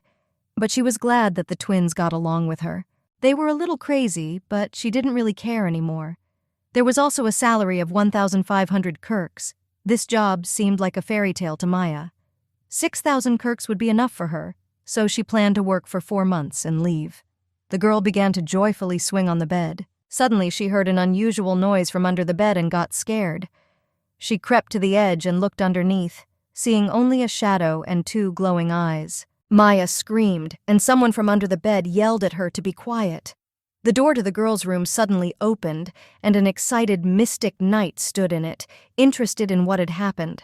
The girl laughed awkwardly, saying that she just almost fell out of bed. The man asked the mist to be careful. The knight left, and Maya looked down. A creature crawled out from under the bed. The girl asked if it was a black pig. The animal was indignant. Raising its paws, it replied that it was a raccoon. Maya asked why Teritus was here in this form. God replied that he wanted to be a nice creature this time and asked Maya what she thought about it. The girl noticed that it was cute, but he smelled terrible. Teritus became depressed, saying that he thought Maya would like this cute appearance, but she took it and offended him. The girl emphasized that the fact that he is dirty will not go away. She asked what brought him here. Teritus replied that he came here to talk about her ability. Maya exclaimed joyfully, saying how wonderful it was. The girl couldn't believe how she could forget that Teritus knew everything about Maya's abilities. She asked him to tell everything. Teritus said the most important thing he wanted to tell her, and he fell silent. After an awkward pause, he began to say that the floor was hard, suggesting that we talk on the bed. As soon as he put his paws on her, Maya began to push the raccoon, shouting that this would not happen. Without calculating its strength, the raccoon flew to another part of the room. Maya excitedly picked up the raccoon, asking him to excuse her and asking if he was okay. Teritus sadly replied that he was fine. Tears appeared in his eyes, and God added that in the future he would no longer appear in this guise. Maya rubbed herself against the raccoon and plaintively asked for forgiveness. She was just angry. Teritus was indignant, saying who else should be angry with whom. The girl replied that this was true, but the merciful Teritus did not know what anger was. God noticed that Maya was tongue-tied. Maya was surprised that Teritus calmed down earlier than she thought. God suggested returning to the beginning of the conversation. He asked if Maya had been experiencing any strange feelings lately. The girl confirmed this. Teritus began to explain everything to Maya. This happened because she did not give a blessing. Maya's ability is a Teritus-enhanced version of Shakir's flower power. The girl did not even imagine that her abilities were connected with the Shakir flower. She asked what this had to do with the blessing. God replied that the Shakir flower in moderation acts as a sedative, but in excess it has a stimulating effect. Maya asked what stimulating meant. Teritus replied, simply put, it affects others as if someone drank a love potion. The girl asked again because she didn't understand anything. God continued, because Maya was blessed, her powers awakened, and its ability manifests itself only upon contact with someone. The girl exclaimed why he was only talking about this now. Teritus emphasized that last time they had to disperse quickly, but he came as soon as he found out that Maya had agreed to spend the night with the Duke. The girl insisted that this was why he should have told her about it earlier. If she had known about this, she would not have accepted Rocky's conditions. God said if Maya wants to get rid of her ability, she can give a blessing. Maya grabbed the raccoon by the scruff of the neck, asking him to repeat what he just said. The animal trembled. Teritus screamed, demanding that the girl let him go, because this was blasphemy. Maya continued to hold God by the fur. She asked if there was any other way. And if there is, he better tell him about it. Teritus plaintively asked if Maya would let him go if he spoke. The girl agreed. Having lowered the animal to the floor, the god began to talk about the existence of sacred relics similar to his aura. With their help, you can block the ability. If you touch the relic, it will have a stabilizing effect. Maya asked if God had brought a sacred relic for her sake. He replied that holy objects are not created for such a purpose. Maya flared with anger, and Tiritus corrected himself, saying, since he was partly to blame for this, he would give her something. In exchange, if she did use the relic, she would have to help him a little. The girl thought that the main thing for her was to hold out for 4 months, so she happily agreed. Tiritus promised to bring it soon, but for now he said goodbye to Maya. But Maya delayed him, asking if her body was suffering due to the use of the ability. He explained that this problem would only arise when she gave the blessing. She also wondered if her ability might not work on someone. Tiritus replied that for an ordinary person, it should not act, because the Shakir flower only affects those who has special abilities, for example, super strength, holy or magical power. Maya realized that Delcane's ability did not work because he was not a black magician. Tiritus left, and Maya lay on the bed, looking at her hands and processing all the information she had heard. She believed that this was the difference between the main character and the supporting character. After all, Reina can simply make a person fall asleep while Maya cannot control her powers at all. The girl was so happy to earn 6,000 kirks, but now she only felt annoyance. Maya is very tired, more mentally than physically. She decided that she would rather try to change something, instead of just wondering why she needs all this. The girl mentally encouraged herself. She needed to come up with something quickly because from tomorrow Maya will spend the night with Raja, and she fell asleep. The girl was woken up by some unfamiliar female voice. Opening her eyes, she was startled to find a maid in the room. She introduced herself. The maid's name is Rita. She works in the East Wing. Maya asked what brought her here. Rita notified Miss that the Duke was calling her. The girl asked what time it was now. The maid replied that it was past midnight. The girl thought that, according to the contract, she would start work tomorrow, but apparently she should start work now, because it had already struck 12 at night. Maya considered her boss to be evil. The maid asked Miss how she was feeling. The girl asked if the maid could tell him that she was sleeping. She refused Miss, because the Duke's order comes first. The priestess was upset. Is there really no one in the Aintia mansion who could be on her side? Getting out of bed, the girl put on her slippers, telling the maid to take her to the Duke. She felt that now there was no other choice but to face the problem head-on. The maid called out to the nanny, saying that first she should change her clothes, only then they would go to the Duke. Maya turned around, seeing a cute nightgown. Rita enthusiastically announced that she had prepared clothes especially for her. The girl was confused, wondering if she needed it. She said that the Duke was not calling her for this reason. The maid giggled, blushing. She said that she shouldn't be embarrassed in front of her. Maya wondered if the Duke had told her that she didn't have to shower before the meeting. The maid remembered the Duke saying that Maya didn't need to bathe, and it shouldn't affect her sleep in any way. But she told the nanny that he told the servants to pay special attention to her. It's her first day, so of course she's nervous. And after this instruction, Rita realized that she, as a servant of Duke Aintia, had a very responsible task ahead of her. And Maya thought that no matter what she said, she would not be able to correct this misunderstanding. The girl arrived at the Duke's room. The man invited her to enter, but she did not dare to do so. Maya was very embarrassed and had to cover her nightgown with a robe. Maya was very worried about what Tiritus was saying. In moderation, the ability acts as a sedative, but in excess it has a stimulating effect. She believed that until God brought her a sacred relic, she should try to avoid contact as much as possible. Raka noticed the girl's sad look and asked if there was any problem. The girl answered negatively. The Duke sat down on the bed, looking at Maya. He suggested that if there were no problems, then why don't she take off her robe and lie down? Maya excitedly asked why she should take off her robe. Raka guessed that she was hot. The girl began to deny she was not hot at all in this warm robe. She really didn't want Raka to see her in those clothes. Maya told him no touching, and she came dressed like that, as if hinting at something else. The man seriously asked if she was hiding something under her robe. In fact, Maya is afraid to even think about something like this, let alone do it. She laughed, saying that she had no need to do that, and sat down next to him. Raka looked at the girl suspiciously and said, given her behavior earlier, "This is a completely possible option." Maya embarrassedly emphasized that he himself understood that she simply had no other choice. She accepted her mistakes. The Duke smiled, saying that this was good, because she who is called God's daughter should not act out of malice. It sounded like Maya was still to blame for something, and she asked for forgiveness. Raka says she doesn't need to apologize. He doesn't know why the priestess decided to run away from the temple, but if he were in her situation, he would also try to hide it. Maya thought that the Duke understood her and suggested that he was not so bad at all. And Raka asked what was this stupid expression on his face. Maya mentally took back her words. The girl touched her face with her palms, exclaiming that she did not have a stupid expression on her face.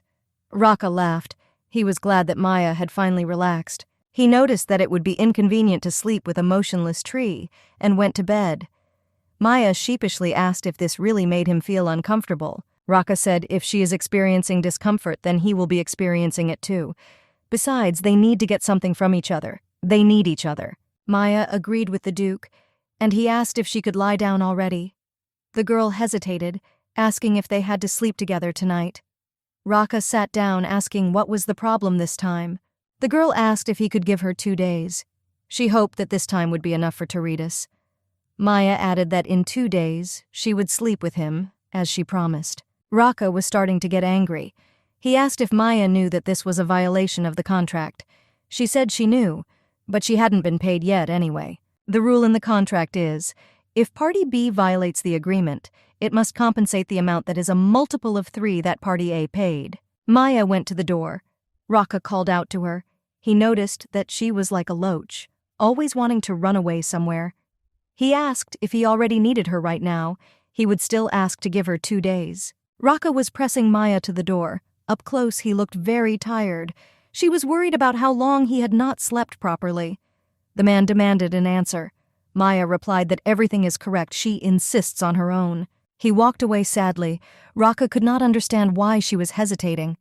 And then he grabbed Maya's hand by force, and she was unable to pull her hand away. And suddenly Raka became soft and blushed, and I was glad for Maya more than ever. The girl abruptly pushed the man away. Raka grabbed his head, saying that this is madness. Even such the smallest contact is driving him crazy. Maya asked if he really knew about this. The man sat down on the bed, answering that yes, he knew. The more touches, the more difficult it is to control his mind. But he assumed they could at least hold hands. Raka allowed Maya to return to her place.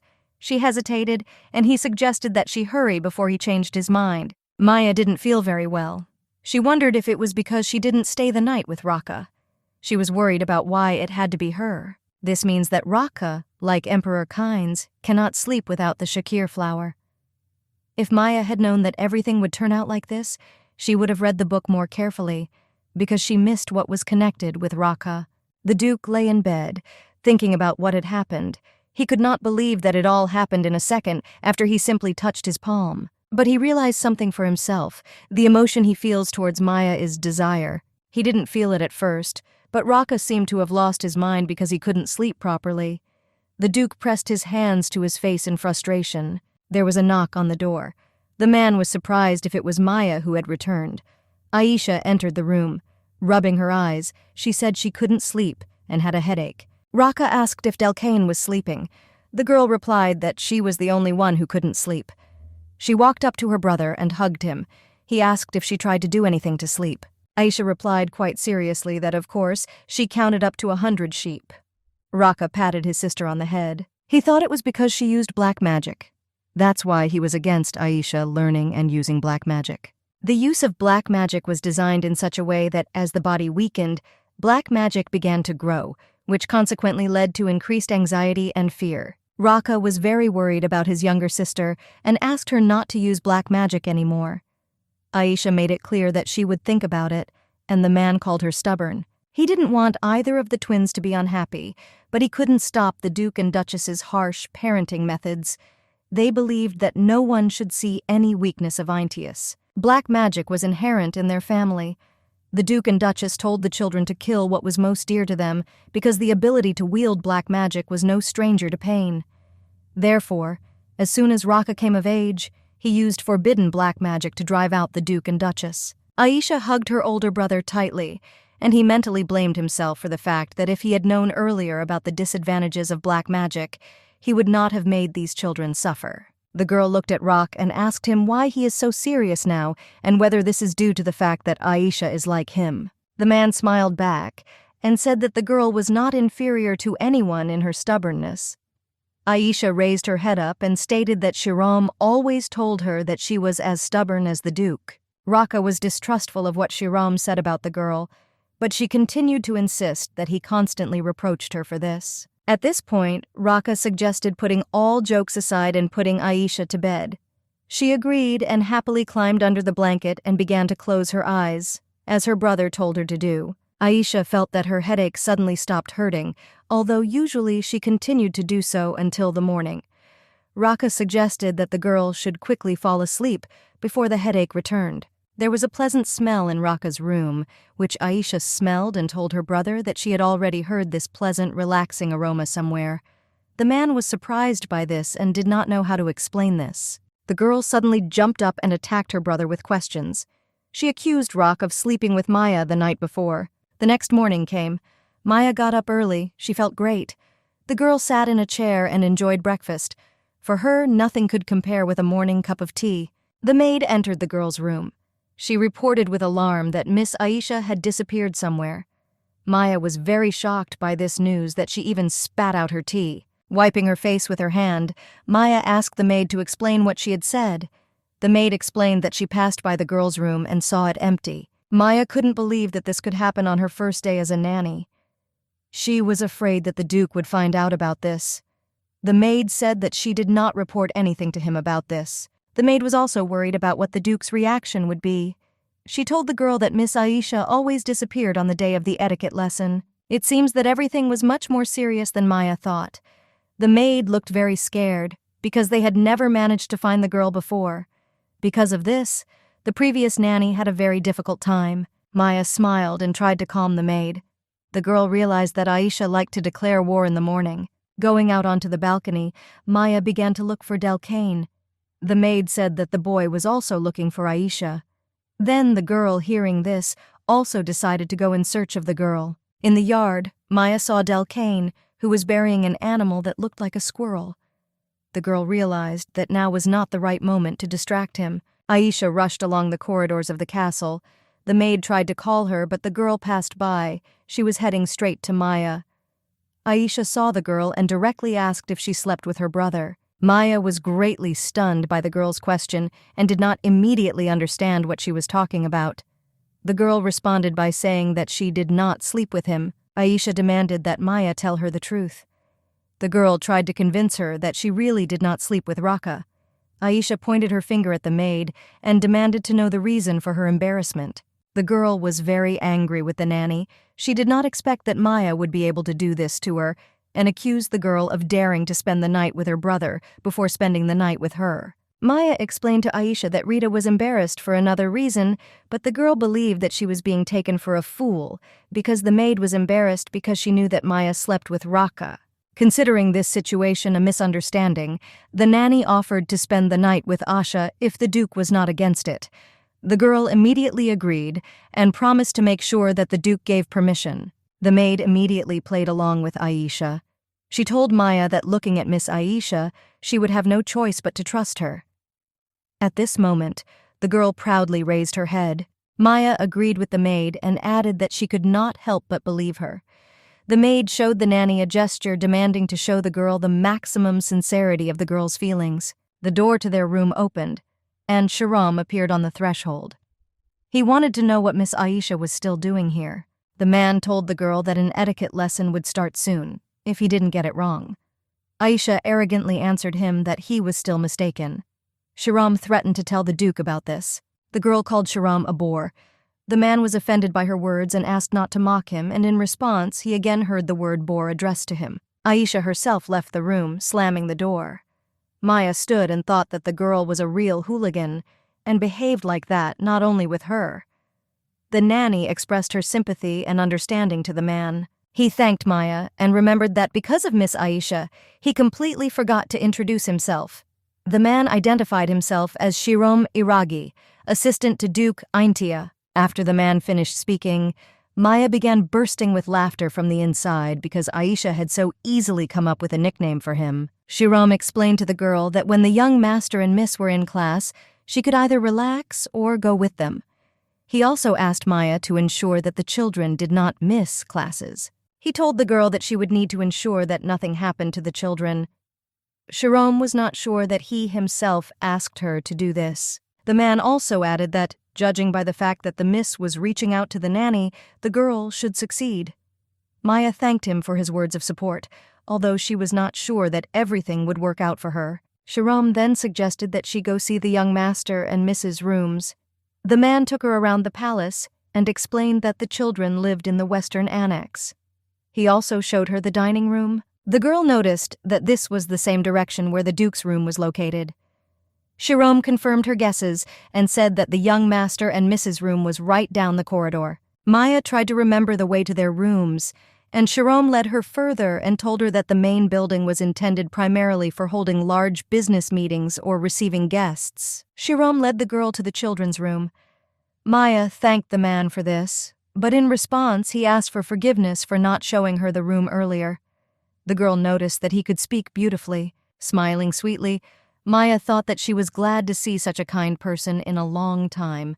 The more she looked at him, the more he seemed good and right to her.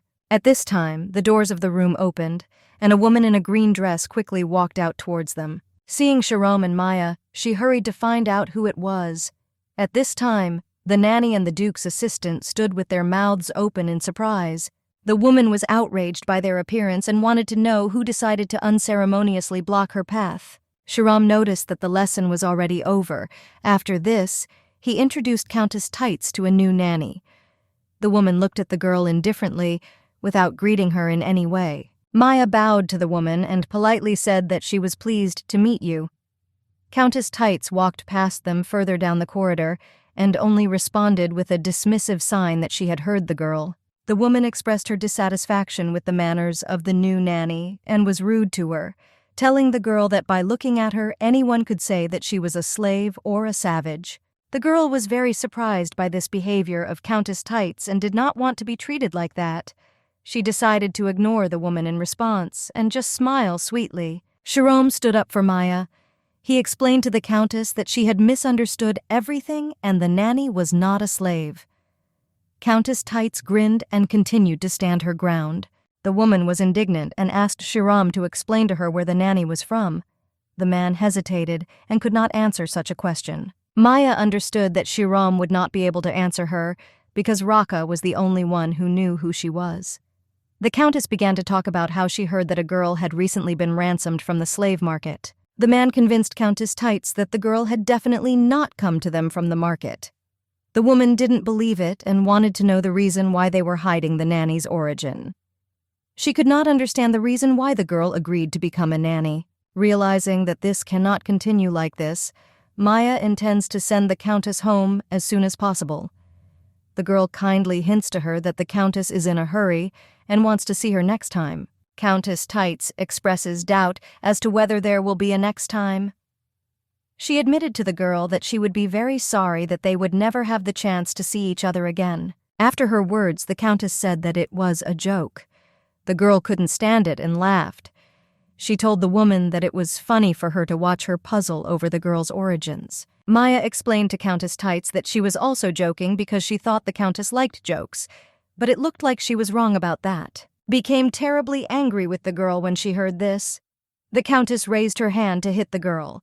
The children came out of the room and saw everything that was happening.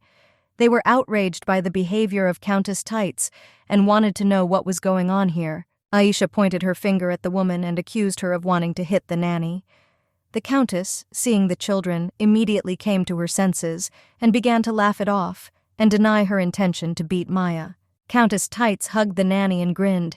She justified herself by saying that she just wanted to say hello and wish the girl all the best. The children did not believe the woman. Delcane began accusing her of hitting Maya on the shoulder, and Aisha repeated it after him. The Countess did not admit what she had done. She did not know what to do. Raka appeared at the end of the corridor. He went to meet them. He heard about what was happening and hurried to find out who hit whom. The children were delighted to see their brother and began waving their hands at him. Delcane shouted to the Duke that his appearance was very timely. Aisha and Delcane hastened to tell Raka what the woman had done to the nanny. They wanted not to leave this unpunished. Hearing their words, the Countess told the Duke that there had been a misunderstanding. The woman pretended to be nice and greeted the Duke. She asked Rock for forgiveness for all this noise and stated that she had never even laid a finger on anyone in her life. From her words, it looked like the twins were lying. The Countess began to talk about how the children were late for class today, and she scolded them for it, and now they are taking revenge on her. Aisha and Delcane were beside themselves with such a blatant lie and asked their brother not to believe her. Maya saw how the children wanted to stand up for her and took all the damage upon themselves. She realized that she couldn't just look at it like that. The girl stood up for the children and admitted that Countess Tights tried to hit her. Maya spoke about how they accidentally collided, and the woman rashly called her a slave. The woman began to defend herself and pretend that she had never done this. The nanny asked Shiram to confirm her words. Shiram put his hand on his heart and confirmed that what Maya and the twins said was true. The Countess tried to justify herself one last time, but Raka told her to stop. Having understood the situation, the Duke of Raka sided with the twins. Delcane smiled and suggested to his elder brother that he kill Countess Tights. The man smiled back and asked if there was a reason to kill her. The children responded that the woman insulted her daughter-in-law and accused them of lying. Raka touched his chin and said that since the Countess's actions were aimed at members of the Aintia family, it means that she encroached on the Duke himself and should receive punishment. Aisha happily offered to grind the woman into powder. She believed that then they would no longer need to go to class. Maya thought that Raka and the children were really going to kill the Countess and rushed to the Duke. She grabbed his hands with her own and tried to stop him.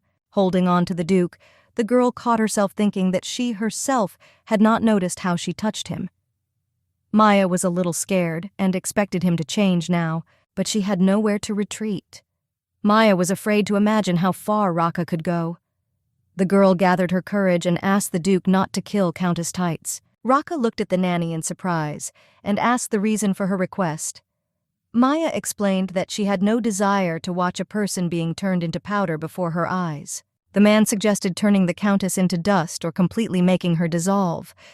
The nanny explained that these methods were even worse. His next option was to undermine Countess Tights, but Maya again begged the Duke not to do this. Maya thought that Raka could easily write a book on 100 ways to kill a person. Raka confessed to the girl that he could not allow anyone to touch his person. He especially couldn't allow this to happen if that person was Maya. The girl looked at him, and it seemed to her that the more she touched him, the stronger his reaction. Maya warned the Duke that he could face consequences. The man tried to calm the girl down, but she insisted that she couldn't stop worrying, and she asked him not to do anything that would make him worse. Hearing the girl's words, Raka realized that she was worried about her well-being. Maya confirmed his guess, and then he touched her face and called her noble and good-natured. The Duke admitted that he did not immediately understand the reason for her zeal to protect the Countess from death, and he asked to let him make sure that the girl did this because she was worried about him.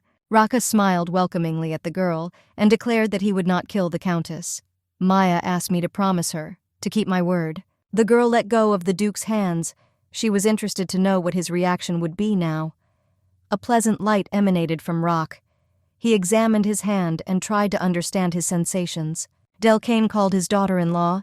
He wanted to know if she had finished her conversation with his elder brother. Maya turned around and saw how the boy held Aisha's mouth with his hands. Now it was clear why the girl was silent. Aisha wanted to kill the Countess, but Raka was against it and invited everyone to eat. The girl said that they would eat and then kill the woman. Having stopped arguing, they went to the dining room. There was a large variety of goodies on the table. Maya was very excited about such an abundance of food. Raka noticed that the girl's mouth was open and reprimanded her. She came to her senses because she hadn't noticed how drool started flowing and wiped her mouth with her sleeve. Delcane saw that Aisha was eating only meat again, although she had previously eaten fried potatoes that Maya had prepared, and told the girl about it. Aisha said that then the taste of the potatoes cooked by Maya was special, but in general she believed that all vegetables tasted the same. After listening to his sister, Delcane handed her a plate of potatoes. The boy invited Aisha to try this dish and explained that it was made from the same ingredients that his daughter-in-law used when preparing it last time. Having tried a piece, the girl expressed her dissatisfaction with this dish and spat it back into the plate with great disgust. Maya suggested that she use a napkin if she decided to do so again. After all, watching people spit on a plate may not please others. Aisha got angry and got up from her chair. The girl concluded that Maya doesn't like her now. She wanted to know if the nanny had changed her mind about spending the night with her and demanded that Maya answer this. Hearing the conversation between Aisha and Maya, Duke Raka was very surprised and asked to explain to him what was happening. He didn't know that the girl and the nanny had planned a sleepover together. Aisha told her older brother that she and the nanny were going to spend the night together. Raka looked at Maya and asked her to confirm her younger sister's words. Maya decided that it would be right to side with Aisha in order to settle everything. The girl looked guilty and admitted that she accidentally planned to spend the night with the girl. The nanny said that it was Aisha who wanted to have a sleepover. The girl confirmed her words and told her older brother that from that day on, she would sleep with Maya. Raka tried to find out from the girl what Aisha meant by wanting to sleep with Maya from that day on. Maya panicked and started making signs that she would explain this later. The girl's gestures seemed to the Duke to be a manifestation of some kind of illness, and he asked the nanny about her well-being. The Duke rang the bell and called the maid. He asked the servant to bring medicine for Maya's eye twitching. The nanny was fine and tried to persuade Rock to stop. The girl jumped up from her chair and said that there was nothing wrong with her eyes, and she simply winked at the Duke. Raka did not believe Maya and decided that she had a serious problem. After the words were spoken, the girl realized that the children were looking at her all this time.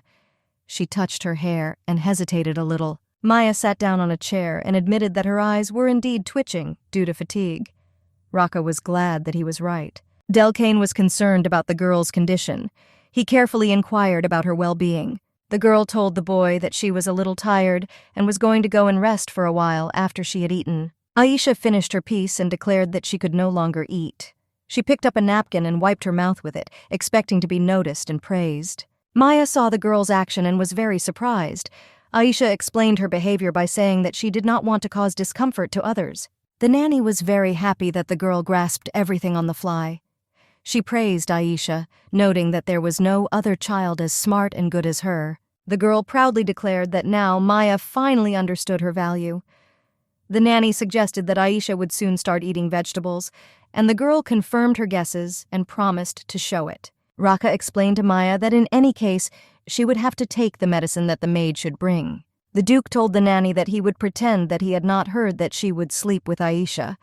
The girl heard this and became furious. Maya was upset because of Rocky's ban. Aisha considered her brother's demand outrageous and demanded that he not interfere in her relationship with the nanny. Raka tried to explain to the girl that this should not be done, but in response, she accused him of having already slept with Maya. The Duke's face turned red because he was not prepared for the fact that Aisha could find out. The girl said that since her older brother didn't tell him anything, she went and found out everything herself. Not giving in to the persuasion of his younger sister, Raka declared that the nanny should sleep only with him because that was her duty, and others could not do this. Raka demanded that the girl learn to distinguish between public life and private life. Aisha was offended by her brother, and her eyes began to fill with tears. Maya sat at the table and silently watched what was happening. She reflected that the situation had only gotten worse. The Duke stood up from the table and silently went about his business. Maya wanted to know where he was going and called the man. The man turned around to find out what was going on and explained to the girl that he was heading to his office on business. Maya caught up with him and suggested that the Duke console Aisha. Raka explained his action by saying that there was a limit to the girl's hysterics. The nanny believed that he acted too cruelly. Raka confessed to the girl that last night he could not sleep without Maya. He said that after the day he was unconscious, he could not sleep because of Aisha. Einthai's family knew how to use black magic, but in exchange for this power, when people closed their eyes, they heard the voices of the dead. In the Empire, people tried to avoid black magic because it contained forbidden spells. One had only to use this magic once, and a person began to hear the dead. Maya began to guess that Raka used forbidden magic, and that is why he was looking for the shakir flower. The Duke noticed that Maya could not refuse Aisha an overnight stay, unlike him. Raka was not sure that he could hold out for 2 more days. It became clear to the girl that this was all due to the fact that Raka did not get enough sleep, and suggested that his reaction depended on how close the contact with her would be. Maya politely asked the Duke about his intentions to be busy in the near future, and then suggested that they try to get him to sleep. The man suspected a trick and wanted to know the reason for such a proposal. Maya hinted to him that the children had no classes today, and Raka just couldn't sleep. The girl suggested that they would succeed if she did not get too close to the Duke. The nanny confessed to the Duke that she felt guilty for leaving yesterday. Therefore, she now decided to ask Rock's permission to help him. Quickly turning around, the Duke walked straight down the corridor. Maya invited him to come at night if he did not want it now, but in response, she heard Rocky's offer to go after him now. He moved so fast that the girl did not hurry after him and asked him to go slower. The Duke, on the contrary, hurried Maya and explained his haste by great fatigue. It was very dark in Rocky's room due to the thick curtains, and this surprised the girl. She asked if the man always closed the curtains. Raka replied that he sleeps better this way. The girl suggested that the darkness could oppress the man. The Duke began to take off his outer clothing and explained to Maya that the darkness could not oppress him because the light was unpleasant to him. The girl believed that usually a man could sleep only thanks to the shakir flower. Raka hung up his clothes and said that he could not afford it every day because the flower was not so easy to get. The Duke admitted that he used the shakir flower once every 2 or 3 days. The girl found this fact incredible. Maya could not even imagine how he held on all this time. Thinking about Rocky's words, she thought that in the novel, the Duke could do all the crazy things because he couldn't sleep properly. The man sat down on the bed and hurried Maya. He stated that if someone saw them together, that person would think that the Duke was talking to the curtains. The girl approached the chair and asked permission to sit down instead of going to bed. Raka was surprised and asked the girl if she could sleep while sitting. Maya did not immediately understand the Duke's hint, and, after a little hesitation, replied that of course she was not going to sleep while sitting. Raka was ready to go to bed but could not persuade the girl to lie down on the bed next to him. He had to invite her to go to bed several times. The girl's plans did not include lying down together, she just wanted to help him sleep. Maya made the excuse that she was not going to sleep, and it was convenient for her. She calmed the Duke down, telling him that she would just sit on the chair. The man was surprised and reproached the girl for the fact that she was going to look at him while he was sleeping. Maya smiled back and explained to the Duke that she had slept well earlier. Raka suggested that it would be better to call her at night in the future. The Duke was a little resentful that he would have to sleep, knowing that someone was watching him. Maya had no choice but to accept the fact that she would have to lie in the same bed with him, even though she was only here to put the Duke to bed and not sleep with him. The girl suddenly realized that if Raka fell asleep now, she would not call her in the evening. Moving closer to the curtains, Maya expressed her agreement to sleep together. It was difficult for the Duke to believe this, since the girl practically hid behind the curtains. Maya was very worried and felt that she needed to pull herself together.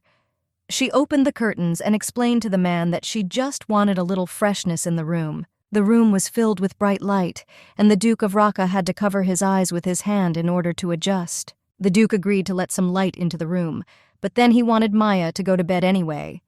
The man got up and went into the next room to change clothes. The girl sat down on the bed and thought that when Raka returned, she would need to somehow, naturally, close the window. A strange sound was heard from the room in which the man was changing clothes, which Maya heard. The girl became curious and decided to turn around. Maya saw the Duke's bare, muscular back. She realized it was the sound of clothes being unbuttoned. Blushing with shame, the girl tried to cover her face with her hands. Maya was stunned by what she saw and tried to convince herself that she had not seen anything. The girl looked at the man's back, and when Raka turned around, Maya explained her gaze by saying that she was looking at a large, strong butterfly, which his back was so similar to. The nanny hesitated and confirmed once again that she had seen a butterfly near the window. She then decided to change the subject and complimented his good physical shape. Once again, Maya glanced at the Duke. He told her about how he practiced fencing every afternoon to strengthen his body. The man put on a robe and went out to the girl. Maya kept looking at him, and then Raka asked her how long she was going to stare. The Duke leaned over to the girl and said that he would not stop her from looking at herself, but she must take full responsibility for this. Covering her cheeks reddened from embarrassment with her hands, the girl was indignant and made excuses that she didn't want to look anywhere at all. Maya admired the Duke's back. It was the most beautiful butterfly-like relief of strong muscles that the girl had ever seen. The girl went to the window and opened it. Maya said she was hot and wanted to cool down a little. The girl could never admit that she was fascinated by the muscles on Rocky's back. After some time, the Duke hurried Maya. He called her to lie down in bed in case she did inhale the air. Maya still wasn't ready to go to bed and told him about it. The girl was still embarrassed and needed time to adjust, so she decided to go out onto the balcony. The weather was nice and clear that day. The girl went to the railing and began to enjoy the fresh air and rays of the sun. Raka went out to the balcony with Maya. He thought it was amazing that with her he could just close his eyes and relax, and he told the girl about it. The man admitted to her that for a long time he could not allow himself to rest peacefully and not think about how he could sleep. The girl stood and listened to him and did not know how to answer, because she had never seen Raka like this before. Then he added that there was no need to attach importance to his words and again hurried the girl. Maya believed that the main thing was that she had an ability that could help Raka. She remembered how Aisha had told her then that she felt normal only from Maya's touch on her fingers. Maybe it could work with the Duke, too. She entered the room and invited the man to hold on to her. Raka suggested that he could take her hand, but Maya only allowed him to touch her little finger. The girl's proposal greatly surprised the man. Maya began to make excuses and asked not to think of her as if she had gone crazy. She thought it would be a good idea to try this. After listening to the girl's excuse, Raka smiled and agreed with her proposal without attaching any importance to it. It seemed to Maya that he did not take her words seriously. The girl did not understand what the Duke was talking about. Raka put his hand forward and explained that Maya's hands were too small compared to him. The girl put her palm forward so they could compare their palms. Now Maya could see the difference and realized that it would be awkward for him to hold her little finger. She asked Rock to lie down, and she sat down next to him on the edge of the bed. The man was a little surprised, but obediently complied with her request. The man placed his hand on the sheet, and Maya touched his middle and ring fingers with the tip of her little finger. Around them, the room began to fill with a barely noticeable golden glow. The girl smiled welcomingly at the Duke and inquired about his feelings. Raka lay on the bed and slowly relaxed. He began to feel pleasantly sleepy, and the headaches leaving him. The girl asked him to close his eyes and then describe his feelings. Maya could see how comfortable the Duke was at this moment. Raka described his feelings as unusually pleasant and light. He was glad that he could just lie serenely with his eyes closed under the rays of the sun. Turning his head, he looked at Maya and said that it was all thanks to her. The man admitted that he couldn't feel so good if it weren't for her. Maya looked at him and was surprised that the Duke could show such sincere emotions. She promised Raka to continue to help him feel this feeling. The man reacted with misunderstanding to what Maya said. The girl hesitated and did not know how to explain this because she was intoxicated by the atmosphere and therefore impulsively said so. She needed to come up with some logical explanation for her words, but nothing good came to mind, and then she remembered the contract. Raka was still wary and awaited clarification. Maya explained that she meant that she must faithfully follow the rules of the contract. The girl went to the window and began to draw the curtains. She urged them to pull themselves together and not interfere in the affairs of the main characters, because it never ended well. Upon contact, the Duke looked like a gentle lamb, but in reality, he was the embodiment of evil. He was the kind of evil who wouldn't even blink an eye at killing someone. The main characters of the novel were specially given a beautiful appearance, but one should not succumb to this. Maya closed the curtains completely, and the room became dark. She decided that she should not feel anything towards Raka. The next day came. The girl again came to the Duke's room to put him to bed, and this time she dared to lie in his bed. Maya asked Rocky about the sensations he experienced last time and suggested that he do the same today. The man was lying next to Maya in a dark room on the same bed. He closed his eyes and tried to relax again and fall asleep. Maya lay quietly next to her, and all this time she looked intently at the Duke. Raka felt this and reprimanded the girl. They started arguing among themselves. The girl did not understand how Raka could feel her gaze and made the excuse that she was just about to close her eyes. The Duke smiled and suggested that Maya repeat the same thing only with her eyes closed so that it would look more believable. After his words, the girl hastened to close her eyes. After some time, Raka fell asleep, and Maya wondered after what hour he would need to be woken up. She herself felt slightly tired and gradually began to fall asleep. The girl herself did not notice how she fell asleep, but after some time she was awakened by the voice of the Duke, who was calling her by name. Maya opened her eyes and assumed it was still a dream. Raka hovered directly above the girl and looked at her. The entire room was shrouded in a dark aura of black magic. The man pulled the girl by the shoulder with one hand to wake her up quickly. Maya assumed that when she tossed and turned in her sleep, she accidentally touched Rocky, but this should not have been done. She asked the Duke to leave her. The man looked at the girl passionately and told her to call him by name. The Duke's eyes filled with an aura of magic, and the girl noticed it. The girl once again asked Raku to move away, but the man did not want to do this. And then Maya warned him that he might regret what happened. She tried to persuade Raka to stop, because now he was not himself and could not control the consequences. The man considered it not important and said that he would not regret it now or later. Maya tried to explain to the Duke that she knew more about the Duke's future than he did, and he should not have underestimated it. Raka did not believe it and leaned closer to the girl. The man practically touched Maya's face. Raka confessed to the girl that he passionately desired her at that moment, and it was so strong that he was ready to die. The girl thought that if the Duke was going to die, then let him do it himself. She tried to push him away with her hands, but this did not lead to the desired result. It seemed that nothing could stop Raka. The girl began to threaten the Duke, but this only fueled his interest. Maya couldn't understand why he had such an overreaction to her words. In order to protect herself from the Duke's attacks, the girl grabbed his head. She was worried about what he might do to her next. Raka grabbed the girl's hand tightly and removed it from her face. Now she could not move it. He reassured the girl that his behavior was not delirium due to fever. Maya asked the Duke to let go of her wrist and then completely move away from her. Raka released the girl's hand and called the girl's desire to let her go stupid. The Duke thought that the girl might be uncomfortable and offered to change her pillow. Maya decided that this might be a good chance to free herself and asked Rock to show her the pillows. In an instant, she grabbed one of the pillows and swung it with all her might. The girl hit the man and asked for forgiveness for it. She covered the Duke's face with a pillow and hoped that this would help avoid his advances. Raka did not expect this from Maya and did not have time to react. Having come to his senses, the man removed the pillow from his face. He accused the girl of wanting to make him lose consciousness. The girl began to ask for forgiveness for her action.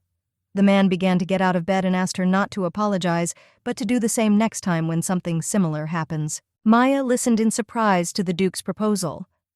Raka explained that at the moment this was the only way he could come to his senses, and next time he would also allow himself to be deceived so that the girl could act. Breathing out a sigh of relief, Maya agreed to do the same when necessary. Then she asked Rock what time it was. The Duke saw on his pocket watch that it was already 7 in the evening and told the girl about it. Maya noticed that she slept more than she thought and asked Rock if he would stay in the room. The man had a lot of things to do, but he told Maya that he could do them tomorrow and then invited her to have dinner together. The girl politely refused and was about to leave with his permission. Before she could leave the room, the girl noticed how the Duke began to feel unwell. The man complained to the girl that he began to feel dizzy. Raka lay down on the bed again and began to hint that he did not get enough sleep. The Duke invited the girl to go back to bed and help him sleep well. Maya believed that the man had already slept enough and refused him. Raka had a different opinion and argued that he does not sleep every day and therefore needs more sleep. The man tried to persuade the girl to stay because the sun had already set and it was now evening. The Duke hinted to the girl that they should follow the contract. The girl understood that she had no choice. Raka asked Maya not to worry anymore and just go to bed. For his part, he promised not to do anything bad to her again. Morning has come. Maya woke up and found herself alone in the room. She noticed that the night passed calmly and nothing really happened. The maid entered the room and headed towards Maya. Rita was holding a tray of cookies, which she immediately offered to the girl. Maya tried one cookie and liked it. The girl asked the maid the name of this delicacy. The maid replied that it was called a love cookie. The cookies were very tasty and sweet. The maid explained to Maya that it was like that because it was a love cookie for the nanny. The girl asked the maid if it was the Duke who asked her to give these cookies. The maid confirmed her guesses and considered this act very sweet and romantic. Rita explained that since Raka had been living with the twins all this time, and now he asked to make these cookies for the nanny, then they could only be love cookies. Maya was very surprised by this. Maya asked to tell the true name of this cookie. The maid was surprised and called it chocolate. Maya now realized that these were actually chocolate chip cookies, made with love. In the office, Raka sat at the table and worked with documents. He called Shiram to him. The assistant noticed that the Duke was usually not visible in the afternoon, but now he decided to show up. Raka was working with documents more slowly than usual, and Shiram noticed this. The Duke was filling out the form when he suddenly said the name Maya out loud. The assistant also heard the nanny's name. An aura of black magic appeared over the Duke. Raka did not want to give the nanny's name and asked Shiram to confirm his words. The servant pretended that he had misheard, because the Duke could never even think about women. The Duke wanted to know how Shiram knew the nanny's real name. The assistant justified himself by saying that the gentleman himself had recently asked to find out about the girl. Raka asked Shiram about where the interim report had gone, but the assistant made the excuse that the gentleman had not yet asked about it. This infuriated the Duke very much, but Shiram began to report to him. Maya was from Libertan. The oracle said that the blue-eyed child born in Libertan would be called God's daughter. According to the oracle's instructions, she was taken to the temple and raised as God's daughter. Libertan was a wilderness on the outskirts of the Zerdia Empire. It was a place where crime was rampant, and no one would be surprised if a child went missing there. Shiram said that after the girl returned to the temple, the oracle descended again. He then took the letter out of his jacket pocket and handed it to the Duke. Raka opened the letter and began to read. It was said that the daughter of the sender of the letter, having awakened her abilities, would restore stability in Zerdia. The Duke realized that the girl was hiding her identity because the oracle called her God's daughter. He knew that the emperor's power was not stable, and if this became known to everyone, the emperor's position would weaken. He may lose the support of his subjects. Raka remembered how Maya always wanted to go somewhere, and felt as if her life was in danger. Shiram admitted that he tried to find out the reason for her escape, but there was no clue. The assistant said that he could make friends with the nanny and then directly find out everything from her. Shiram noticed that the nanny treated him well. The Duke stood up from his chair and rested his hands on the table. He told the servant not to waste time finding out. Raka said that he would find out everything himself. After the end of the lesson, the door to the corridor opened and Delkine appeared in it. He was glad to see the girl and admitted to her that he missed her. The boy asked the nanny how she was able to rest. The girl thanked him for his concern, and in response asked Delkane if he had paid attention in the history lesson. Delkane admitted that he listened to the lesson without interest, since he already knew all this, but Aisha should have studied harder. Maya encouraged the boy that his knowledge would be useful to him in the future. The nanny learned from the boy that Aisha did not come to class today, and was very worried about this. Then he said that yesterday his sister didn't even come to dinner. Maya felt guilty for Aisha's bad behavior and wanted to know if the girl was still angry with her. Delkane didn't think his sister was angry and assumed she would calm down soon. The girl was curious to know if the girl had quarreled with the Duke before. Delkane suggested that this had not happened in their home before the nanny arrived. Realizing that Raka and his younger sister were fighting over Maya, she decides to think of a way to appease Aisha. To do this, the nanny decides to ask the boy about what his sister likes. When asked by the nanny about Aisha's preferences, Delkine, thinking a little, names meat. There was something else, but the boy could tell about it only if Maya promised to fulfill his wish. The girl was excited by Delkane's proposal.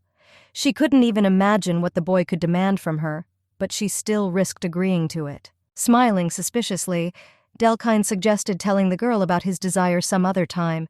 Maya began to doubt the boy's innocence a little. Aisha's preference turned out to be very unexpected for the nanny. Delkane admitted to Maya that the girl loved all flowers. The girl was very surprised and did not immediately believe that such a prankster as Aisha could love flowers. The boy assured Maya of this, and since he was her brother, Maya decided to trust him. The nanny asked Delcane to help her find a plot of flowers in which she could collect a bouquet. The boy willingly agreed to show her such a place. Delcane took Maya to a beautiful garden full of various flowers. The girl was delighted with such a wonderful place. The boy explained that Raka gave this garden to Aisha for her birthday. Maya didn't understand how other people could come here if it was Aisha's garden, but Delcane explained to her that others could come in, but now his sister was forbidden to do so. The boy told the nanny that although there was no danger, Aisha used black magic, and her older brother punished her by forbidding her to come to this place. They assumed that the girl wanted to get here. Maya sat down among the flowers and wanted to know which one Aisha liked the most. Delcane told the nanny that his sister liked all the flowers here. Having collected a beautiful bouquet of flowers, Maya decided to show it to Delcane. She needed to know his opinion before showing the bouquet to Aisha. A few moments later, the girl discovered that she was alone in the garden. Maya was surprised by the boy's disappearance, because he was not one of those who could leave without saying a word. Fearing for Delcane's life, she began to look for him. The girl called his name several times, but no one responded. Maya began to blame herself for her inattention and for losing him. She was already beginning to despair and decided that she needed to tell others about this, when suddenly a boy appeared among the flowers. Maya rushed to hug Delcane. She was incredibly happy to see him. The nanny hugged the boy so tightly that for several moments he could not breathe. Tears ran down Maya's cheeks, and she admitted that she was very afraid that nothing would happen to the boy. Delcane apologized for trying to scare her a little. Having calmed down a little, the girl asked the boy where he had been all this time. In response, Delcane handed Maya a beautiful wreath of flowers. The boy was holding in his hands a wreath that he had made himself. Because of this, his hands were all scratched, but he was happy that he tried to make such a gift for Maya. Maya liked the wreath Delcane made and thought it was very nice of him. The girl thought that his soul was much more beautiful than the wreath. Delcane was glad that the girl liked his gift and asked Maya to bend over a little so that he could put it on her head. The wreath turned out to be slightly larger than the head and slid down onto Maya's shoulders.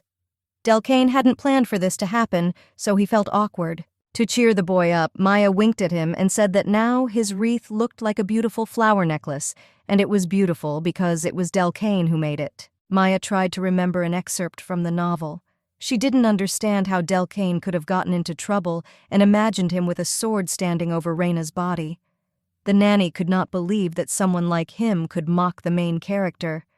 She wondered how it all ended. Maya thought that she had completely forgotten the story about Aintia. Delcane noticed his daughter-in-law's puzzlement.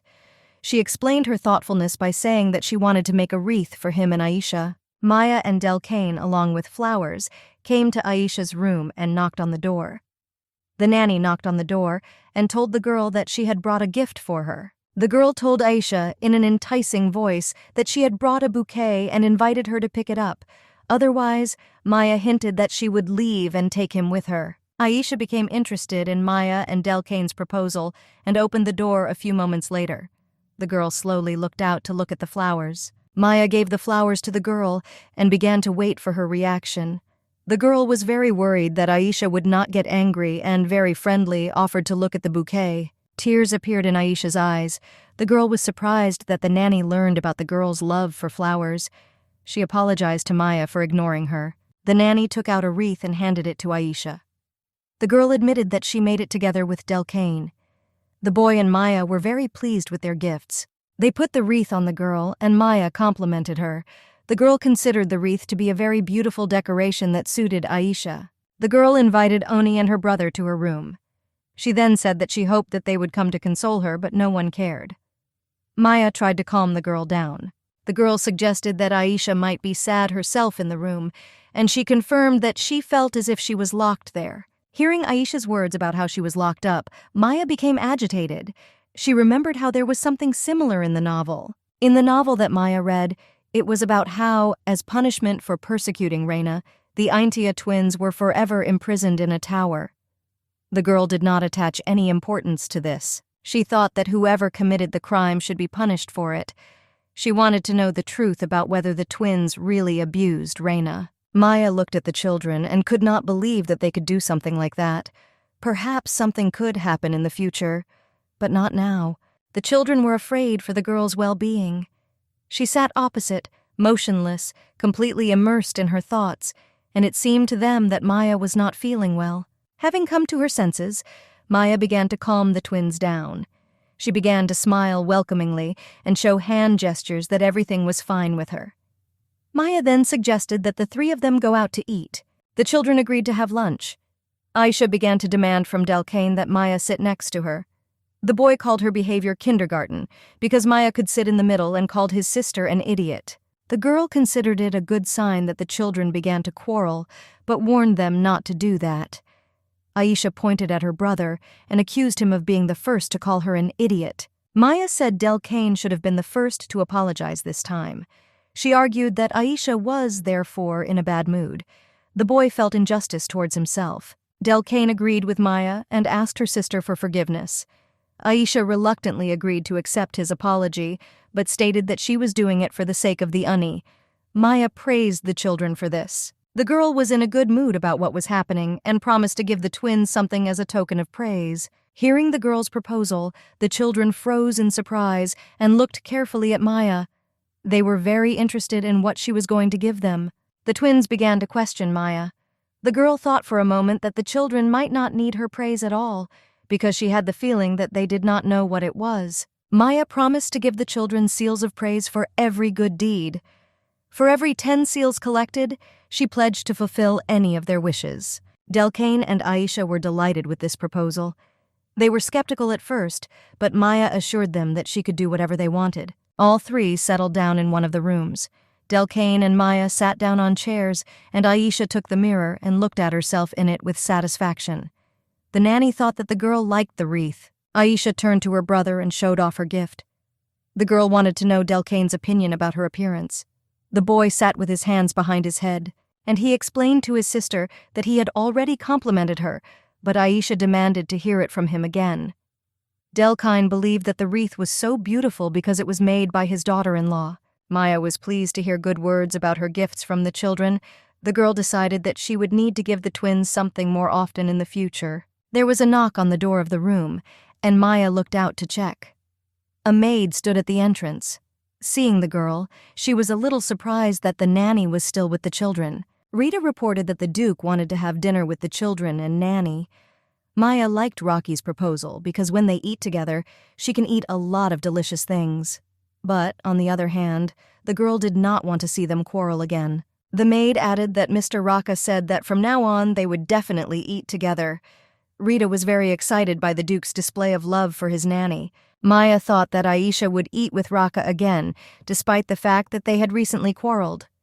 The maid asked the nanny to convey her words to the twins. The girl returned to the room and began to convey the maid's words about today's dinner, but Aisha interrupted her with a question about whether Maya would be present with them. Aisha heard a positive answer from the nanny and was immediately delighted.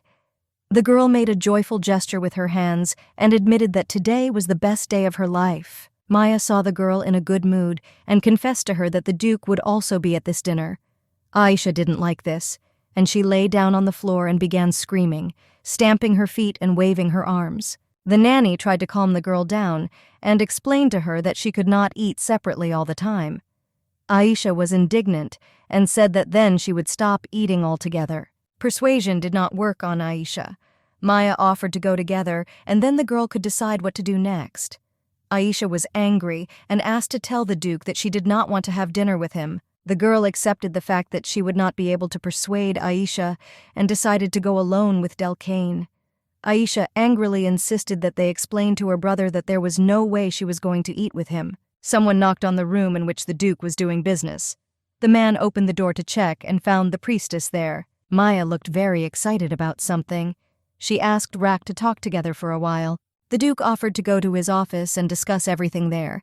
Maya politely refused because she did not plan to drag out the conversation for long. Rocca began to listen carefully to the girl, and she told that Aisha did not want to eat with him. Maya assumed that the girl was still angry with her older brother. He explained Aisha's behavior by saying that she still had not thought about her behavior. Rocca believed that the girl would come herself when she was hungry. The girl was a little surprised by the Duke's answer. Maya was sure that Aisha was not the type who would come here just because she was hungry. She confessed to Raka that the girl had declared a minute ago that she would not eat. After listening carefully to the nanny, Raka realized that Aisha behaved this way because she was upset. The man became furious and was determined to talk to the girl right now, which scared Maya. The Duke went to his younger sister's room. Maya believed that it was impossible to allow the man to shout at Aisha again now and hastened to stop him. She followed him and grabbed his hand. The girl was a little scared for holding Rock's wrist. She hesitated and tried to explain her action. The aura of dark magic increasingly enveloped the Duke. He told Maya to let him go and wait here. The girl expected that from her touch he would immediately lose his composure. It looked like the man was trying to control himself, but it was very difficult for him. The Duke asked Maya to give him some time. She looked at him with worried eyes and tried to understand whether the Duke had lost his self-control. The girl addressed him by name to check this. Raka held on with all his strength. He asked Maya not to use his name because he felt it was driving him crazy. The Duke recalled that at first he lost his mind as soon as a girl touched him. Maya suggested that things were different now, and Raka agreed with this. But now he could not hold back. The man grabbed the girl's hand and approached her. Raka looked at her with a loving gaze and called her by name. Maya realized that the man had deceived her because he was no longer okay. The girl saw Rocky's assistant in the corridor. She decided to redirect the Duke's attention to him and told the man that Shiram was idle. Raka was unhappy with Shiram's appearance. The assistant decided that the nanny was bullying him and found it very offensive. Maya tried to justify herself to the servant. She urgently needed to figure out a way to get rid of the Duke's touch.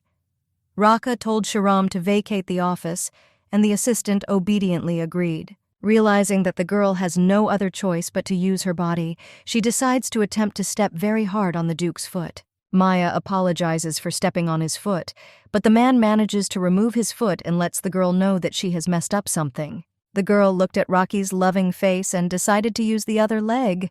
She was thinking about how to trip him. Aisha appeared on their way. The girl was very keen on Raku. She believed that the Duke could not come to her because something happened, but instead, she saw him trying to kiss Maya. Aisha quickly moved towards the Duke. She told him to move away from Maya now and accused him of being a bad brother.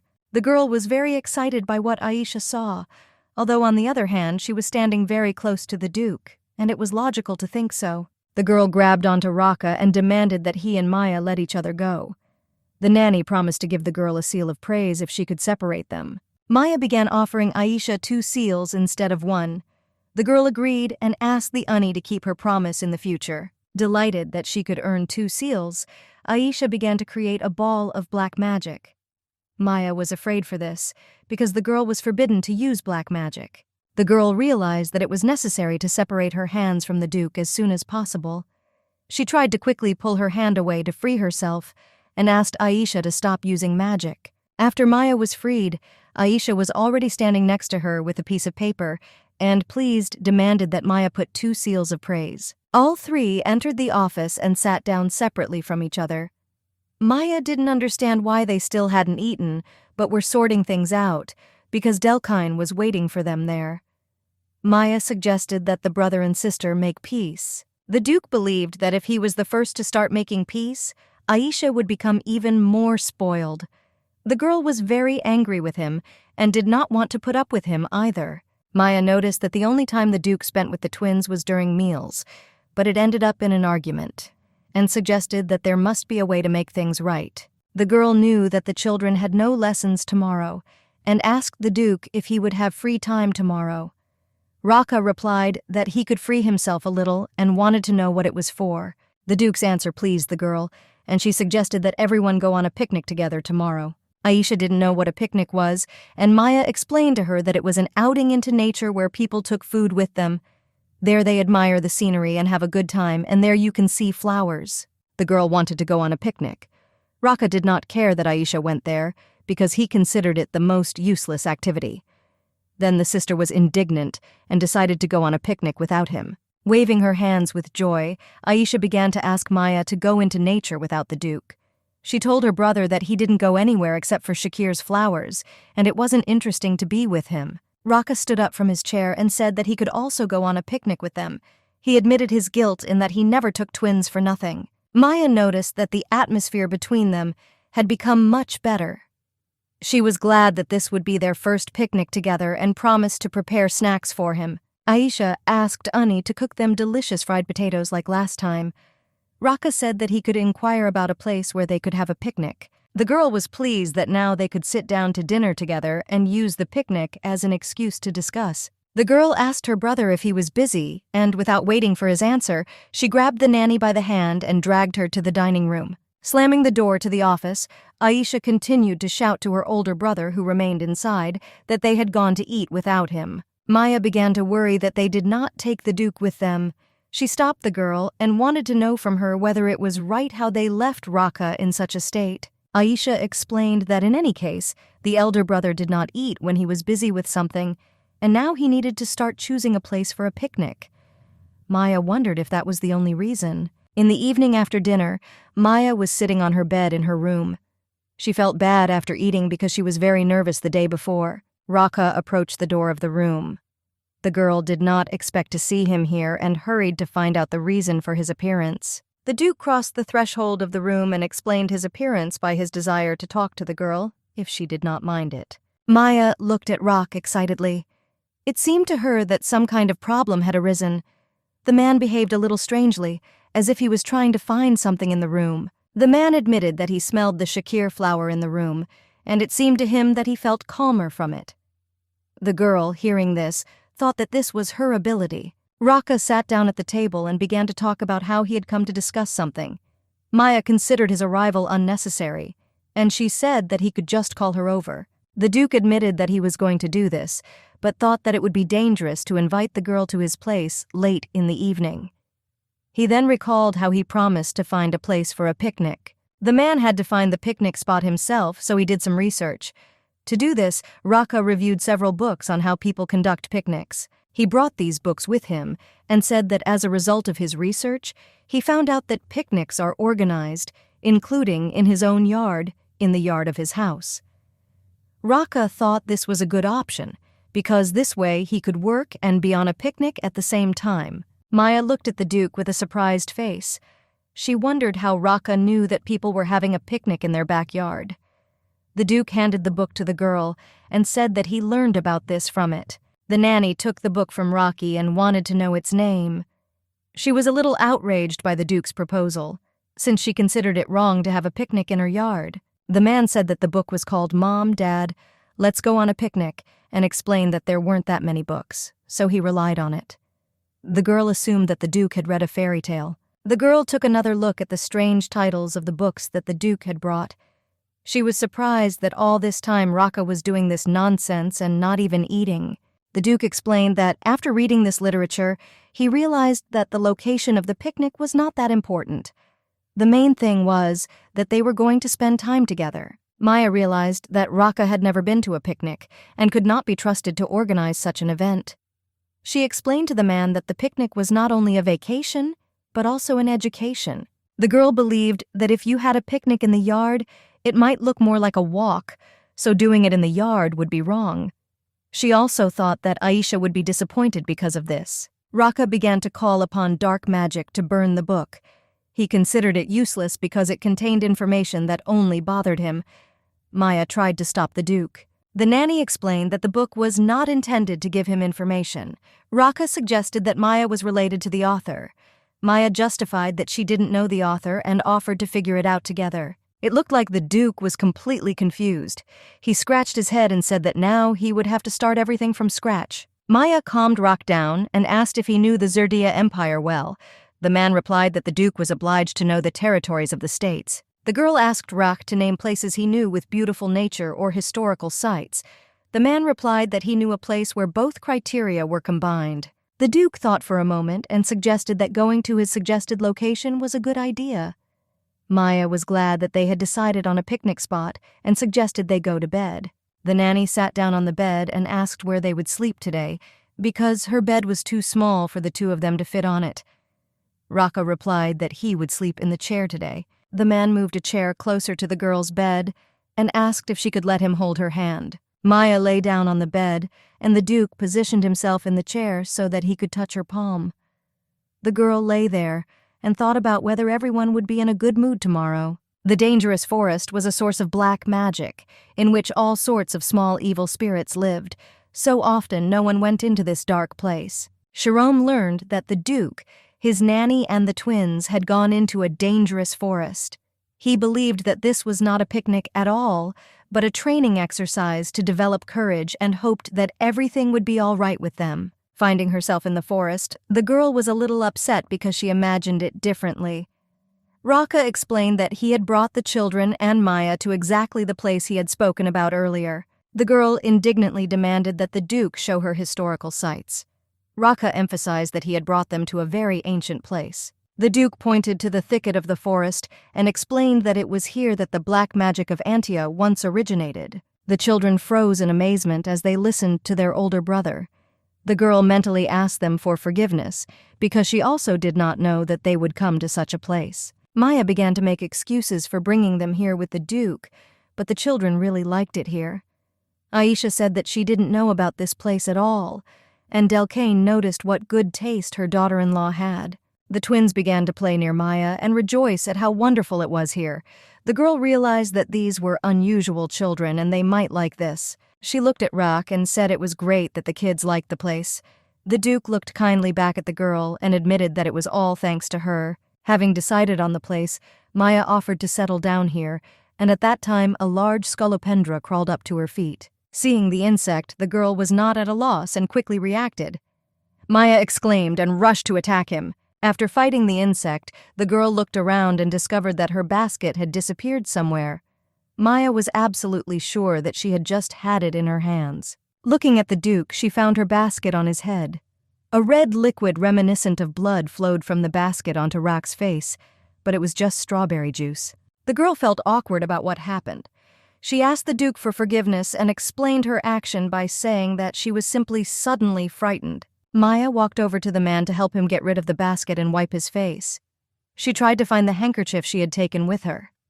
The soiled handkerchief fell out of the basket and made the girl laugh. The nanny offered to use her clothes so that the Duke could dry himself. She took off her shawl and offered it to Raka. The man politely refused and suggested that she not get dirty. Feeling guilty for what happened, Maya began to persuade the Duke to give her a chance to correct her mistake. The girl asked to wipe Rak's face and clothes, and she wanted to wash the shawl later. Resigned to the fact that he would still have to accept help from the girl, the Duke allowed her to wipe him off. Maya took the handkerchief in her hand and began to wipe the man's face. The Duke hurried the girl, but she carefully continued to dry him. The girl said that in any case it would remain sticky even though they wiped everything off. There was still a trace of strawberry juice on the man's face, and Maya tried to wipe it away, and Raka was with a basket on his head the whole time. The girl invited the Duke to stay here while she went to look around.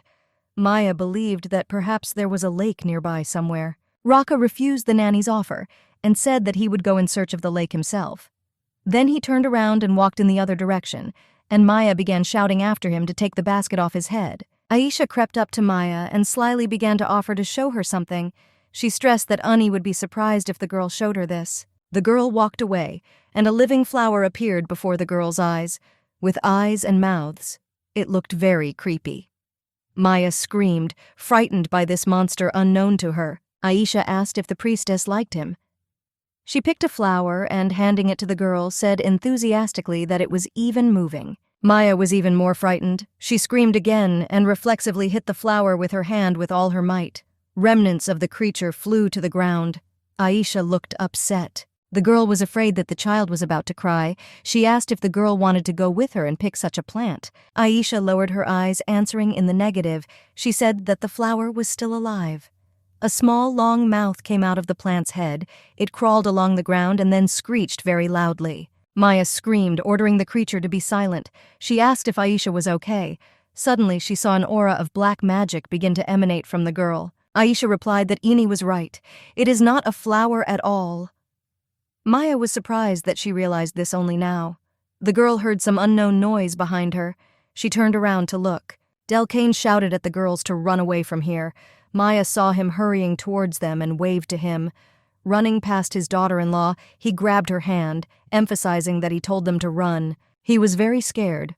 Pulling his daughter-in-law by the hand, he exclaimed, If she doesn't want to die, then she had better run away with all her might.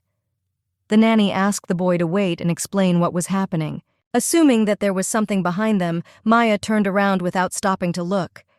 A huge monster crawled behind them, similar to the flower she was trying to kill. The girl asked what it was.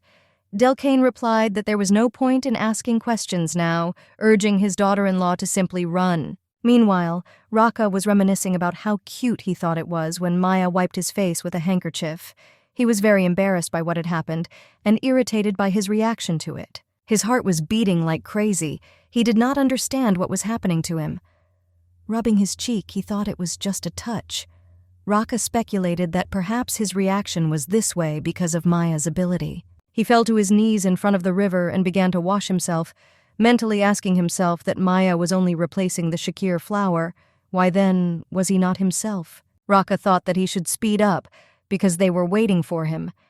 He shook his head, thinking he was starting to come to his senses. There was a bush with fruit nearby. The man suggested that sweet fruits should grow somewhere in this area.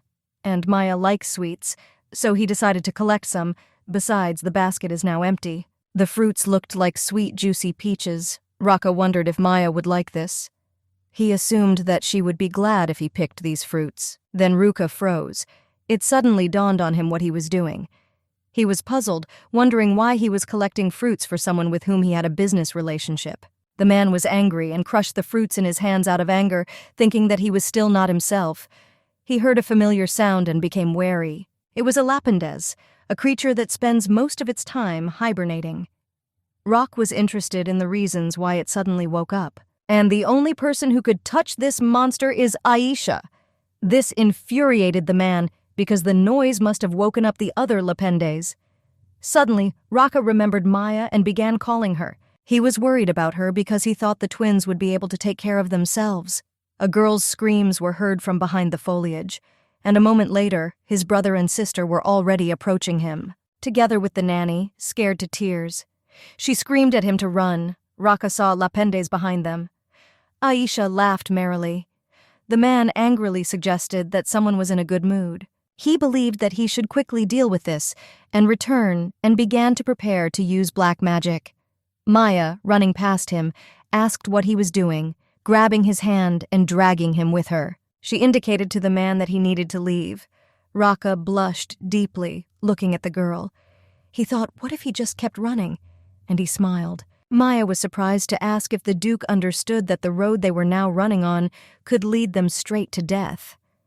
Raka replied that they would not die so easily because of some flower. Maya exclaimed what the Duke proposes to do then, but Raka was absolutely happy with everything. She was very surprised that in such a situation everything suited him. Because the girl ran so fast, she had almost no strength left. Raka asked if she was tired. Maya, barely able to speak, replied that she thought she was going to die. It was too hard for her. The Duke stressed that he could not allow this. He handed the fruit basket to Maya and stopped abruptly. The girl stopped behind him, shielding the children. She could not believe that Raka himself let go of her hand. She began to worry about how this was possible and whether they could now hold hands without problems. Raka waved his hands, gathering black magic into a striking ball, and so many tongues of black magic rushed into the monster, tearing it to shreds with one powerful blow. There was silence, which was later broken by delighted children. Aisha admired her brother's coolness. Delcane asked how his daughter-in-law was feeling and whether she was very scared. Maya smiled, answering that she was just a little surprised by the magic. Raka asked if the priestess was okay. The girl nodded, barely holding back her tears. Aisha grumbled that Unni was scared because her brother used black magic. Raka corrected the girl, suggesting that the nanny was afraid of lapendes. Aisha suggested, in that case, whether it would be better to find and dry lavender seeds. Delcane called the girl to look at another interesting flower. Maya was very nervous, which made her very tired. The children left and they were left alone. Raka invited the girl to eat the contents of the basket. Maya was surprised because the basket should be empty. Opening it, she discovers fruit in it and wonders what it is. The Duke does not know their names. Maya hesitated. Raka suggested that she try it because it is a very rare fruit that grows only here. The girl started to tremble. She did not want to eat a fruit whose name was unknown. In addition, it grows in the birthplace of black magic. Maya asked if it was really not poisonous. Raka took the fruit from her hands and bit it. The priestess panicked. She was worried about the presence of poison in the unknown fruit. As soon as Maya tried to object, the man threw the fruit into her mouth. The girl happily noted that it was quite tasty. Raka smiled, saying as he expected, "She likes sweets." Maya asked how the Duke understood this. The man laughed and replied that he heard Maya eat all the cookies. The girl exclaimed in embarrassment that she didn't want it to disappear. That's why she ate it. Raka emphasized that lying is not good. He turned around abruptly, shouting to the children not to touch that tree. The man asked the priestess to stay here while he went to get the children. Maya agreed. She thought how much she liked the taste of the nameless fruit. She learned about her taste preferences thanks to Raka, and for some reason I felt strange because of this. Plunging into the carriage, the exhausted children fell asleep almost immediately. Raka started the conversation to break up the awkward silence by asking if the priestess was having a hard time with the twins. Maya replied that it was a bit difficult, but since they liked her, she was okay with everything. Raka was happy about this. The girl giggled, asking if he was worried that she might get tired, drop everything and leave. Raka's face changed sharply when he asked the priestess about her departure. She asked if this wasn't an option when it was hard. The Duke interrupted the girl and categorically objected to her. Maya was frightened by Raki's stern appearance and sharp response. He suggested keeping quiet because he was feeling seasick. The girl did not understand that this suddenly happened to him. She assumed that he was seasick due to black magic.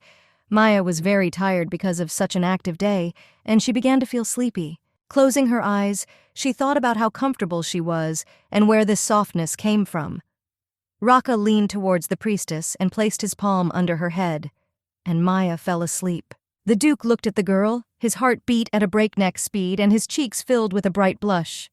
They drove quietly to the estate. The next day, Maya was stuck to the sofa and could not force herself to get up due to extreme fatigue.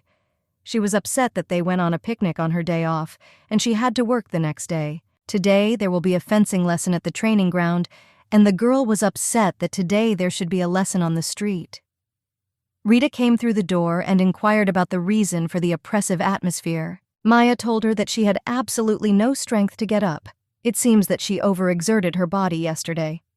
The maid tried to support the nanny and began to open the curtains to ventilate the room. But there was a heavy downpour outside, which greatly puzzled the maid. After all, until this day, it was sunny all the time.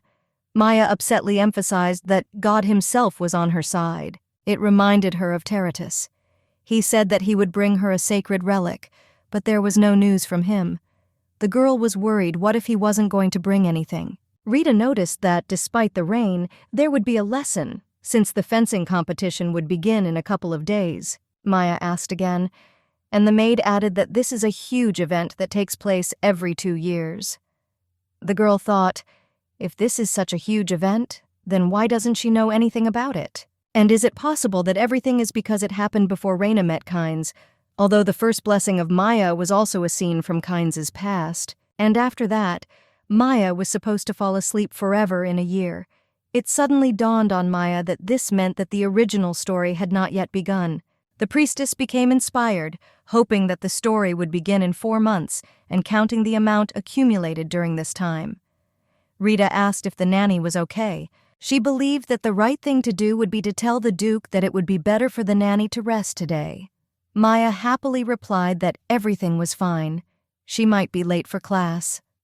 Arriving at the parade ground with the children, Raka was already waiting for them. The children were surprised by his arrival, and Delcane asked if everything was okay. The Duke stood in the rain without an umbrella. Shaking his hair, he replied that he had come to check how the preparations for the competition were going. He heard that the twins would be sparring today. Maya was interested in the fact that the children would spar. Aisha claimed that she would beat Delcane. The boy objected to his sister, and the children began to argue. Raka ordered them to stop and go get ready. Maya was worried about the children and asked how about using an umbrella until the fight started. Delcane happily replied that his daughter-in-law shouldn't worry, they won't get sick. Aisha added that they were already wet anyway. so everything was fine. The children happily ran to get ready. The girl couldn't help but feel nervous, and Raka said he was more worried about her than the twins. Maya was surprised, and the man put his hand on her forehead. He added that she did not have a fever.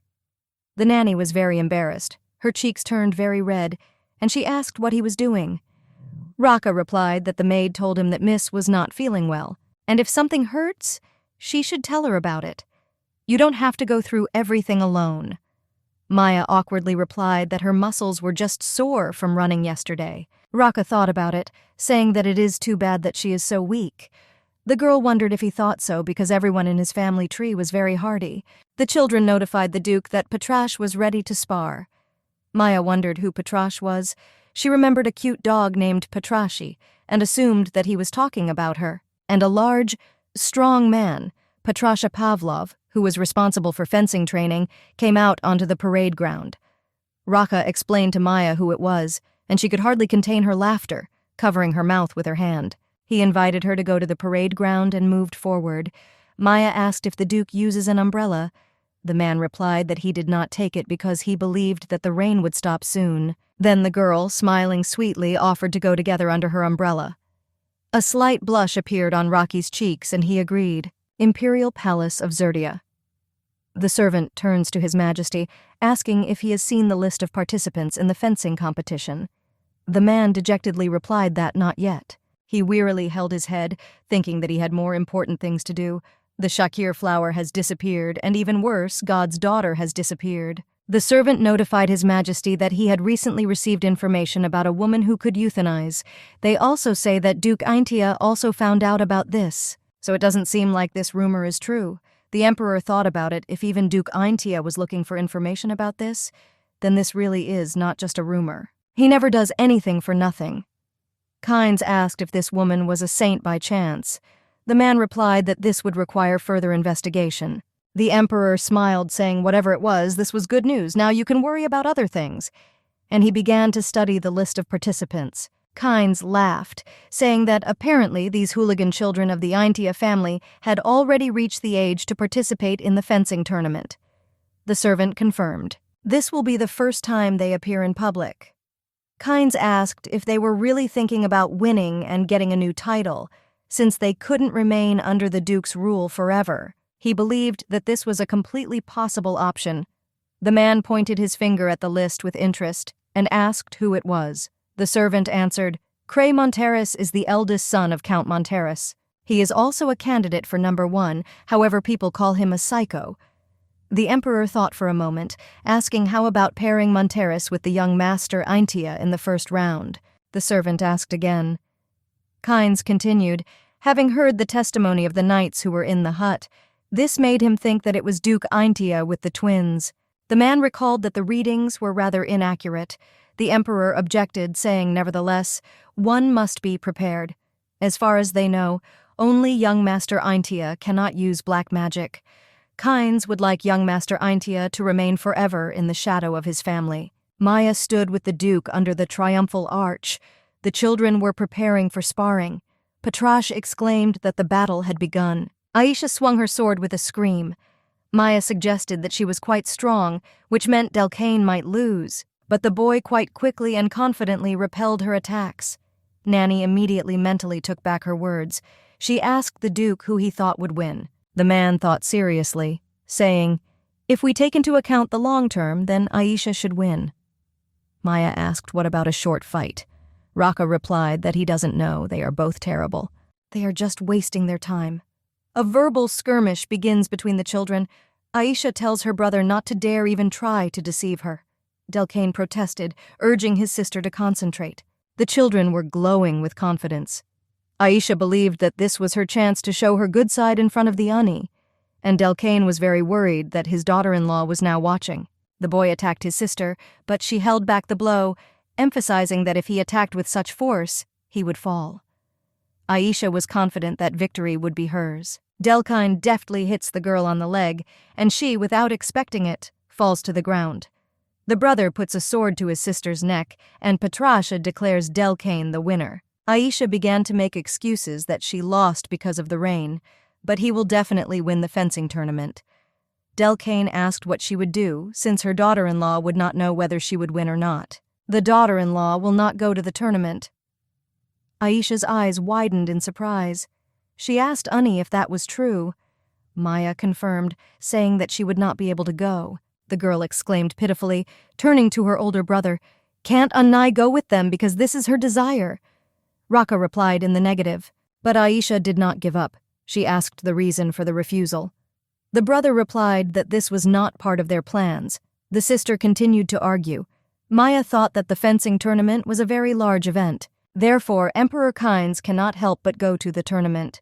If she is seen in such a crowded place, she will be immediately captured. Aisha asked if Annie wanted to go to the fencing tournament. Maya replied softly that she really wanted to, but she couldn't. She will support them from here. Aisha exclaimed that she hates Annies. Maya walked along the corridor of their house, thinking about the girl's reaction. It seemed to her that Aisha was very upset. She said that the tournament would be in 2 days. This means that tomorrow they will also train. Maya suddenly had a good idea to make juice to support the girl. Maya prepared the juice in the kitchen, and the cook, after trying it, began to admire the incredible taste. He asked if the nanny made this for their picnic. It was just perfect for his taste. The girl excitedly asked if Aisha would like this juice. Since at the picnic she couldn't give it a try due to some circumstances, the cook responded admiringly, "Of course she'll like it, because you can hardly smell the carrots in the juice. The apple flavor is more pronounced in it, so she should like it." The taste of the juice seemed truly incredible to the man. Maya happily thanked him for such warm words. Raka stood at the door, wondering what was going on here. He thought that the maid had advised him to look into the kitchen, and he was curious because he had never seen her so excited. The servants were very surprised by the presence of the Duke in the kitchen. Maya asked what he was doing here. She added that she is preparing vegetable juice for Aisha for breakfast, and the man asked why she was doing this. The girl hesitated, awkwardly answering that she just wanted to do it, emphasizing that the people present here have done nothing wrong. Raka was surprised by the behavior of the nanny. Why is she trying so hard on everything? He wondered if she really cared about Aisha. After all, no one usually wants to deal with twins. The Duke said she didn't need to take so much care of the girl. She is obliged to simply do the work that a nanny should do. Maya sheepishly replied that this was all true, but Aisha looked depressed all day today. She did it simply on her own, outside of her work. Raka asked again, and Maya confirmed her words.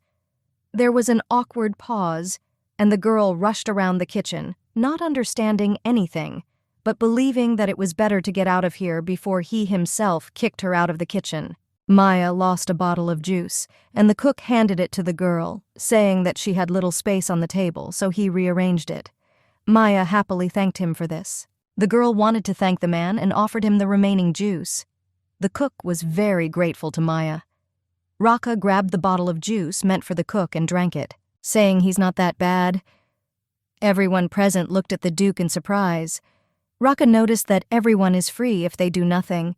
Maya thought he was in a bad mood today. Suggesting that Raka might feel better if he ate sweets, Maya offered him more juice, emphasizing that it is sweet because it is made with honey. Thanks to him, perhaps the Duke's mood will lift. Raka looked at the bottle depressingly, realizing the absurdity of the act he had committed. He angrily placed the bottle on the table, ordering it to be removed, and he walked away. Maya suggested that the Duke did not like the juice. The servants embarrassedly noticed who their Duke was, who had never been interested in women. Fencing competition day. Maya sat dejectedly in the stands, dressed in a black cloak, having to go because of a wish Delcane had made. The girl thought that he would later take advantage of his privilege, as expected from the Aintia family. Maya remembered begging him to make another wish. After all, she had good reasons to disagree, to which the boy replied that it was she who said that promises should be kept. He was disappointed. Aisha played along with her brother as best she could. Maya could not object, but she was terrified that if she was caught, she would go to the temple, and then she would die. Next to her, in the same long black cloak, sat Raka. With his hands folded on his chest, he seriously said that Maya would no longer promise that she would fulfill the wishes of the twins. The girl agreed. She suddenly noticed that there were more blondes with blue eyes than she thought. It seemed to her that everything was not so bad. Maya said that in this case she will not be caught. And as soon as she touched the hood, Raka pulled it over her face, telling her not to even think about taking off the cape. The girl whined that she didn't try to take it off.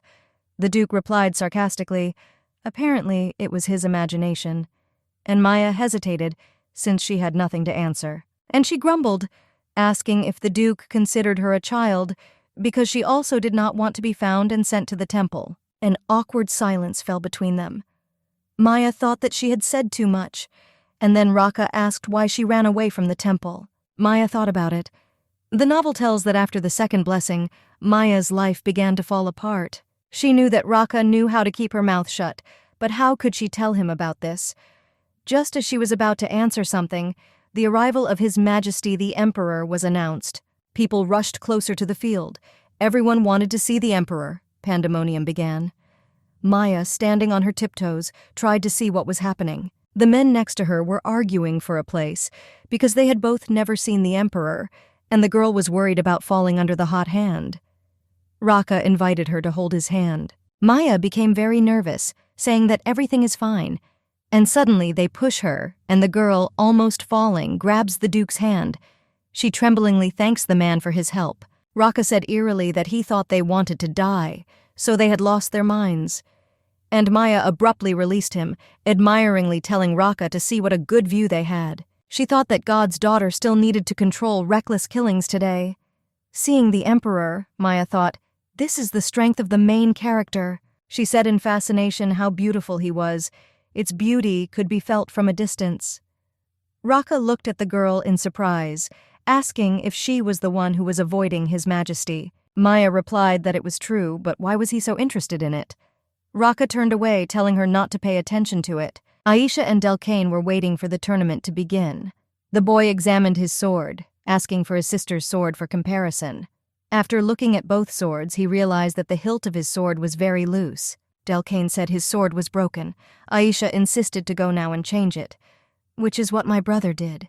He thought it was strange because the event was quite serious. The man involved in the organizational activities told the young master that they would not be able to exchange his sword because they did not have a spare one, and asked him to forgive them. Now the boy was absolutely sure that something was wrong here. The Emperor was informed about what had happened, and he admired the young master's intelligence. The servant said, despite the broken sword, he did not refuse to participate in the competition. The boy aroused Kynes' interest. However, no matter how good his skills were, whether he could defeat the son of Count Monterus remained in doubt. This reminded the Emperor of the first time he saw the twins. At that time, the past Duke and Duchess went missing. Therefore, the Emperor went to their mansion to assess the situation. When he saw the twins, he noticed their eyes staring at him. 2 pairs of violet eyes shone eerily, which is not typical for children. Therefore, he believed that these children could not grow up weak. Kynes assumed that Monterus was very talented.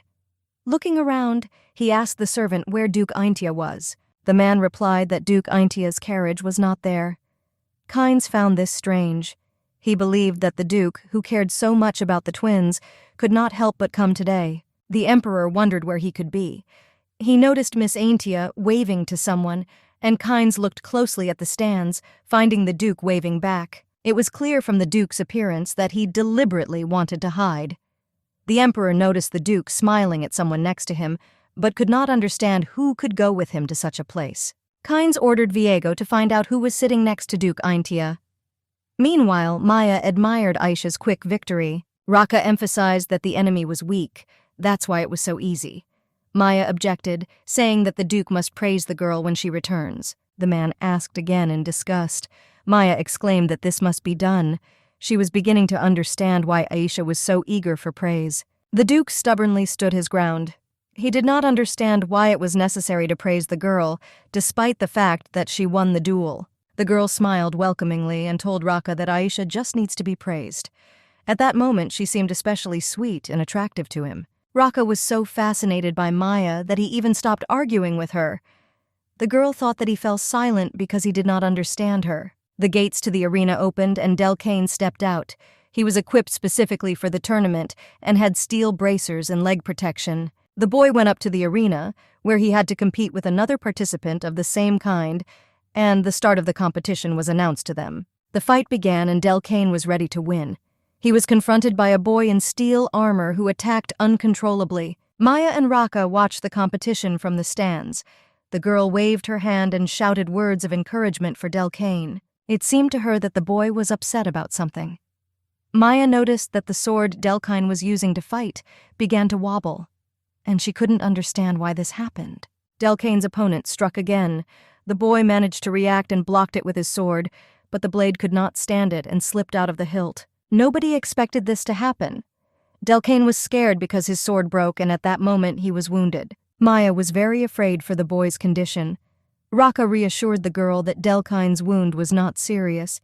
She didn't understand how anyone could be calm after seeing something like this. The girl came to her senses a little and looked at the Duke. It was noticeable that the man was much more worried about the boy than she was. Maya decides to support Rock and takes his hand. She says that Delcane will be able to stop the fight himself if everything goes wrong. Raka looked at the girl. Maya tried to encourage the man with his own words. The girl reminds him that Delcane was not seriously injured. Words of support from Maya did not help calm the man. The Duke was very indignant at what happened in the arena and called someone an insolent person. Raka suddenly turned around and walked somewhere. He promised the girl to return soon. Maya excitedly tried to ask him about what happened but heard nothing in response. The girl wanted to know where the Duke suddenly went. She was left alone and worried about what to do next with the fight and thought that perhaps she should have stopped it. Delcane's hand was wounded, but he had no intention of stopping the fight. The boy thought that he could take the chance and steal the weapon, but the enemy was still strong. Delcane's rival arrogantly suggested that the boy give up if he did not want a similar injury to happen to his other arm. It seemed to the boy that he was able to weaken his opponent's vigilance. The enemy saw that Delcane was not going to give up and rushed to attack him. Delcane was ready to repel the attack. He concentrated as much as possible in order to find his opponent's weak point. Suddenly, the boy heard someone shout and call his opponent crazy for going to attack an unarmed man. Delcane turned around and saw Aisha running into the arena. The girl became enraged and began to create a ball of black magic aura. Aisha threatened that she would not leave this unpunished and was going to attack Delcane's opponent. The boy in armor prepared to repel Aisha's attack. She rushed at him with all her might and was ready to use black magic. An explosion of incredible power occurred in the arena. Clouds of smoke and dust enveloped everything so heavily that the participants in the fight were not visible. The explosion did not hit Delcane, and he was still on his feet. The boy covered his face with his hand and began to blame Aisha for her crazy act. The silhouette of a man appeared behind Delcane. Through the dust and smoke, he managed to see it. It was the brother whose appearance surprised the boy. Raka inquired about the condition of the boy's hand. Delcane replied that he was fine because the cut was not deep at all. Raka praised his younger brother and patted his head. The Duke invited the boy to go to the carriage and rest, and in the meantime he intended to fix everything here. Delcane asked what to do with the tournament now. Raka suggested that because Aisha barged into the fight, it could be considered a disqualification and the tournament would be over. There was panic in the stands, and people were running in different directions. Maya was excited about what was happening because Raka told her to stay put, and he himself went somewhere. The girl decided that she needed to stay put because they might not find each other later, and this could become a big problem. Among the people in the stands, Maya notices an unfamiliar man who, as it seemed to her, was looking in the direction of the girl and then began to approach her. Maya was scared and now began to understand where she got her bad feeling from. The girl decided that she needed to return to the carriage and wait there for Raku and the twins. She tried to move away from the unknown man, but he caught up with her and took her hand. Then he asked for some time. The girl pulled back her hand and politely answered the man that she was in a hurry and tried to stop the conversation. Maya needed to leave urgently, but she didn't know how to do it. The man tried to ask the girl her name, but she replied that he should introduce himself first. He thought for a moment and began to introduce himself. Without waiting for the man's answer, Maya ran away in horror. There was no way she could allow herself to be caught and ruin all the girl's plans. Maya quickly walked towards the carriage. She ran through the exit, which was crowded, so Maya hoped to get lost among the crowd and escape from her pursuer. Among the people, the girl heard passers-by excitedly discussing the boy who was bleeding. The nanny was very scared for Delcane's well-being and decided to check it out. The girl headed in the direction from which she heard this conversation and found Delcane, who stood alone and pressed his hand to the wound. Maya told the boy not to move. Maya grabbed Delcane in her arms and hurried to the carriage. The boy explained to the girl that he was completely fine and she should have let him go. The girl told Delcane that she was being pursued by an unknown man and asked to follow him. The boy was able to look behind him and saw someone moving behind them on the right side. After running through several alleys, Maya and Delcane were able to reach the carriage. The girl thought that they would not be persecuted here, and then discovered that the boy was bleeding heavily. Delcane reassured Maya that the wound was not deep. The nanny offered to help stop the bleeding, but she understood that now she could not get out of the carriage and buy something for this. Suddenly, Raka opened the door to the carriage and did not immediately notice Maya and Delcane.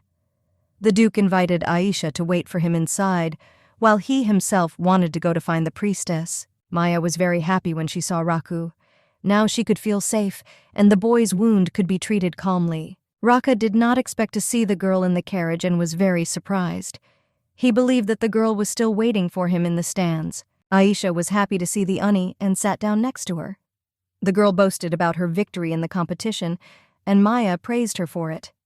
Aisha inquired about her brother's well-being, but he was indignant because she was making a lot of noise and they began to quarrel. The emperor was delighted with what happened.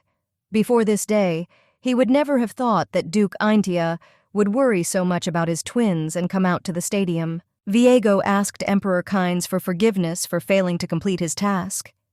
The man admitted that he lost her halfway and did not understand how she managed to escape. The emperor doubted that the girl could be a saint. He had heard that God's daughter was weak. During the pursuit, Viego managed to notice one strange feature of the girl. Her eyes were blue. In the evening at the Duke's house, Maya sat on the bed and asked Raka about Delcane's condition. The man explained that after taking the medicine, the boy would be fine. Raka learned from Delcane that Maya had been pursued by a knight during the day and wanted to find out more details from the girl. Maya thought about it and said that the man pursuing her wanted to ask the girl about who she was. Raka asked to remember what that person looked like. The girl tried to remember the knight's appearance. She described a man dressed in armor who had a large scar on his face near his mouth. The Duke assumed that he knew who might have had such a cut scar. Raka told Maya that she was being pursued by the emperor's assistant. Maya was very excited when she learned that the emperor personally wanted to check her identity. Raka calmed the girl down and promised to take care of it. The girl thought that until now, no one had found out who she really was. Maya had a contract with the Duke, and she hoped that he would help her not end up back in the temple. The next morning, Maya woke up in her bed. The girl stretched and noticed that she managed to sleep well today. Maya found an empty chair near her bed and noticed that the Duke always woke up before her in the morning. The girl went out onto the balcony to breathe fresh air and enjoy the rays of the sun. Maya believed that she needed to be more hardworking. From the balcony, Maya saw something in the yard that made her very excited. The girl warned the maid that she would go outside for a while. Delcane sat on his knees on the grass near the place where he buried Puiri and missed his pet. Maya approached the boy from behind and asked what he was doing here. He did not expect to see her and was very surprised when Maya arrived. The boy wondered how his daughter-in-law could find out about this place. The girl pointed her finger at the balcony and explained that her room was there. Maya repeated her question to Delcane. The boy touched the place where there was no grass growing and replied that he was just playing with the dirt here. The nanny suggested that something was buried in this place. Delcane was surprised by this and asked her how she found out, and Maya said that earlier she accidentally saw him digging something here. The boy admitted that he buried his and Aisha's beloved pet Puiri here. Delcane said he gave the animal something he liked, but he didn't seem to care. Maya asked Delcane to list her the things that made her pet happy. The boy said that Puiri liked stones covered with moss and bones, and also poisonous mushrooms. The girl thought that the pet could have died precisely because of this. Delcane shared that Puiri always wandered around so funny, so he and Aisha gave him what he wanted. He said that unlike how Maya managed to help her brother, Raka could not save their pet using black magic. The boy lowered his head and said that the girl was able to bring her older brother back to life as he was, but with Puiri it was different.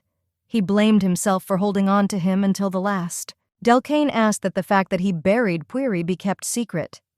He explained this by saying that Aisha said that she liked the current Puri better because he was not so loud. The boy smiled embarrassedly and told the girl that he had decided to deliberately bury him in the backyard of the extension, but Maya noticed this. The girl was amazed at how much the boy loved Puri, that he constantly visited him. Delcane stood up and was about to leave this place. Looking at the boy, Maya could tell that he looked like there was nothing wrong with him. He never cried, but the girl felt that in his soul, everything was completely different. Maya walked up to the boy and hugged him. She told Delcane that although it was hard for him to let go of his pet, it would put Puri in a good place.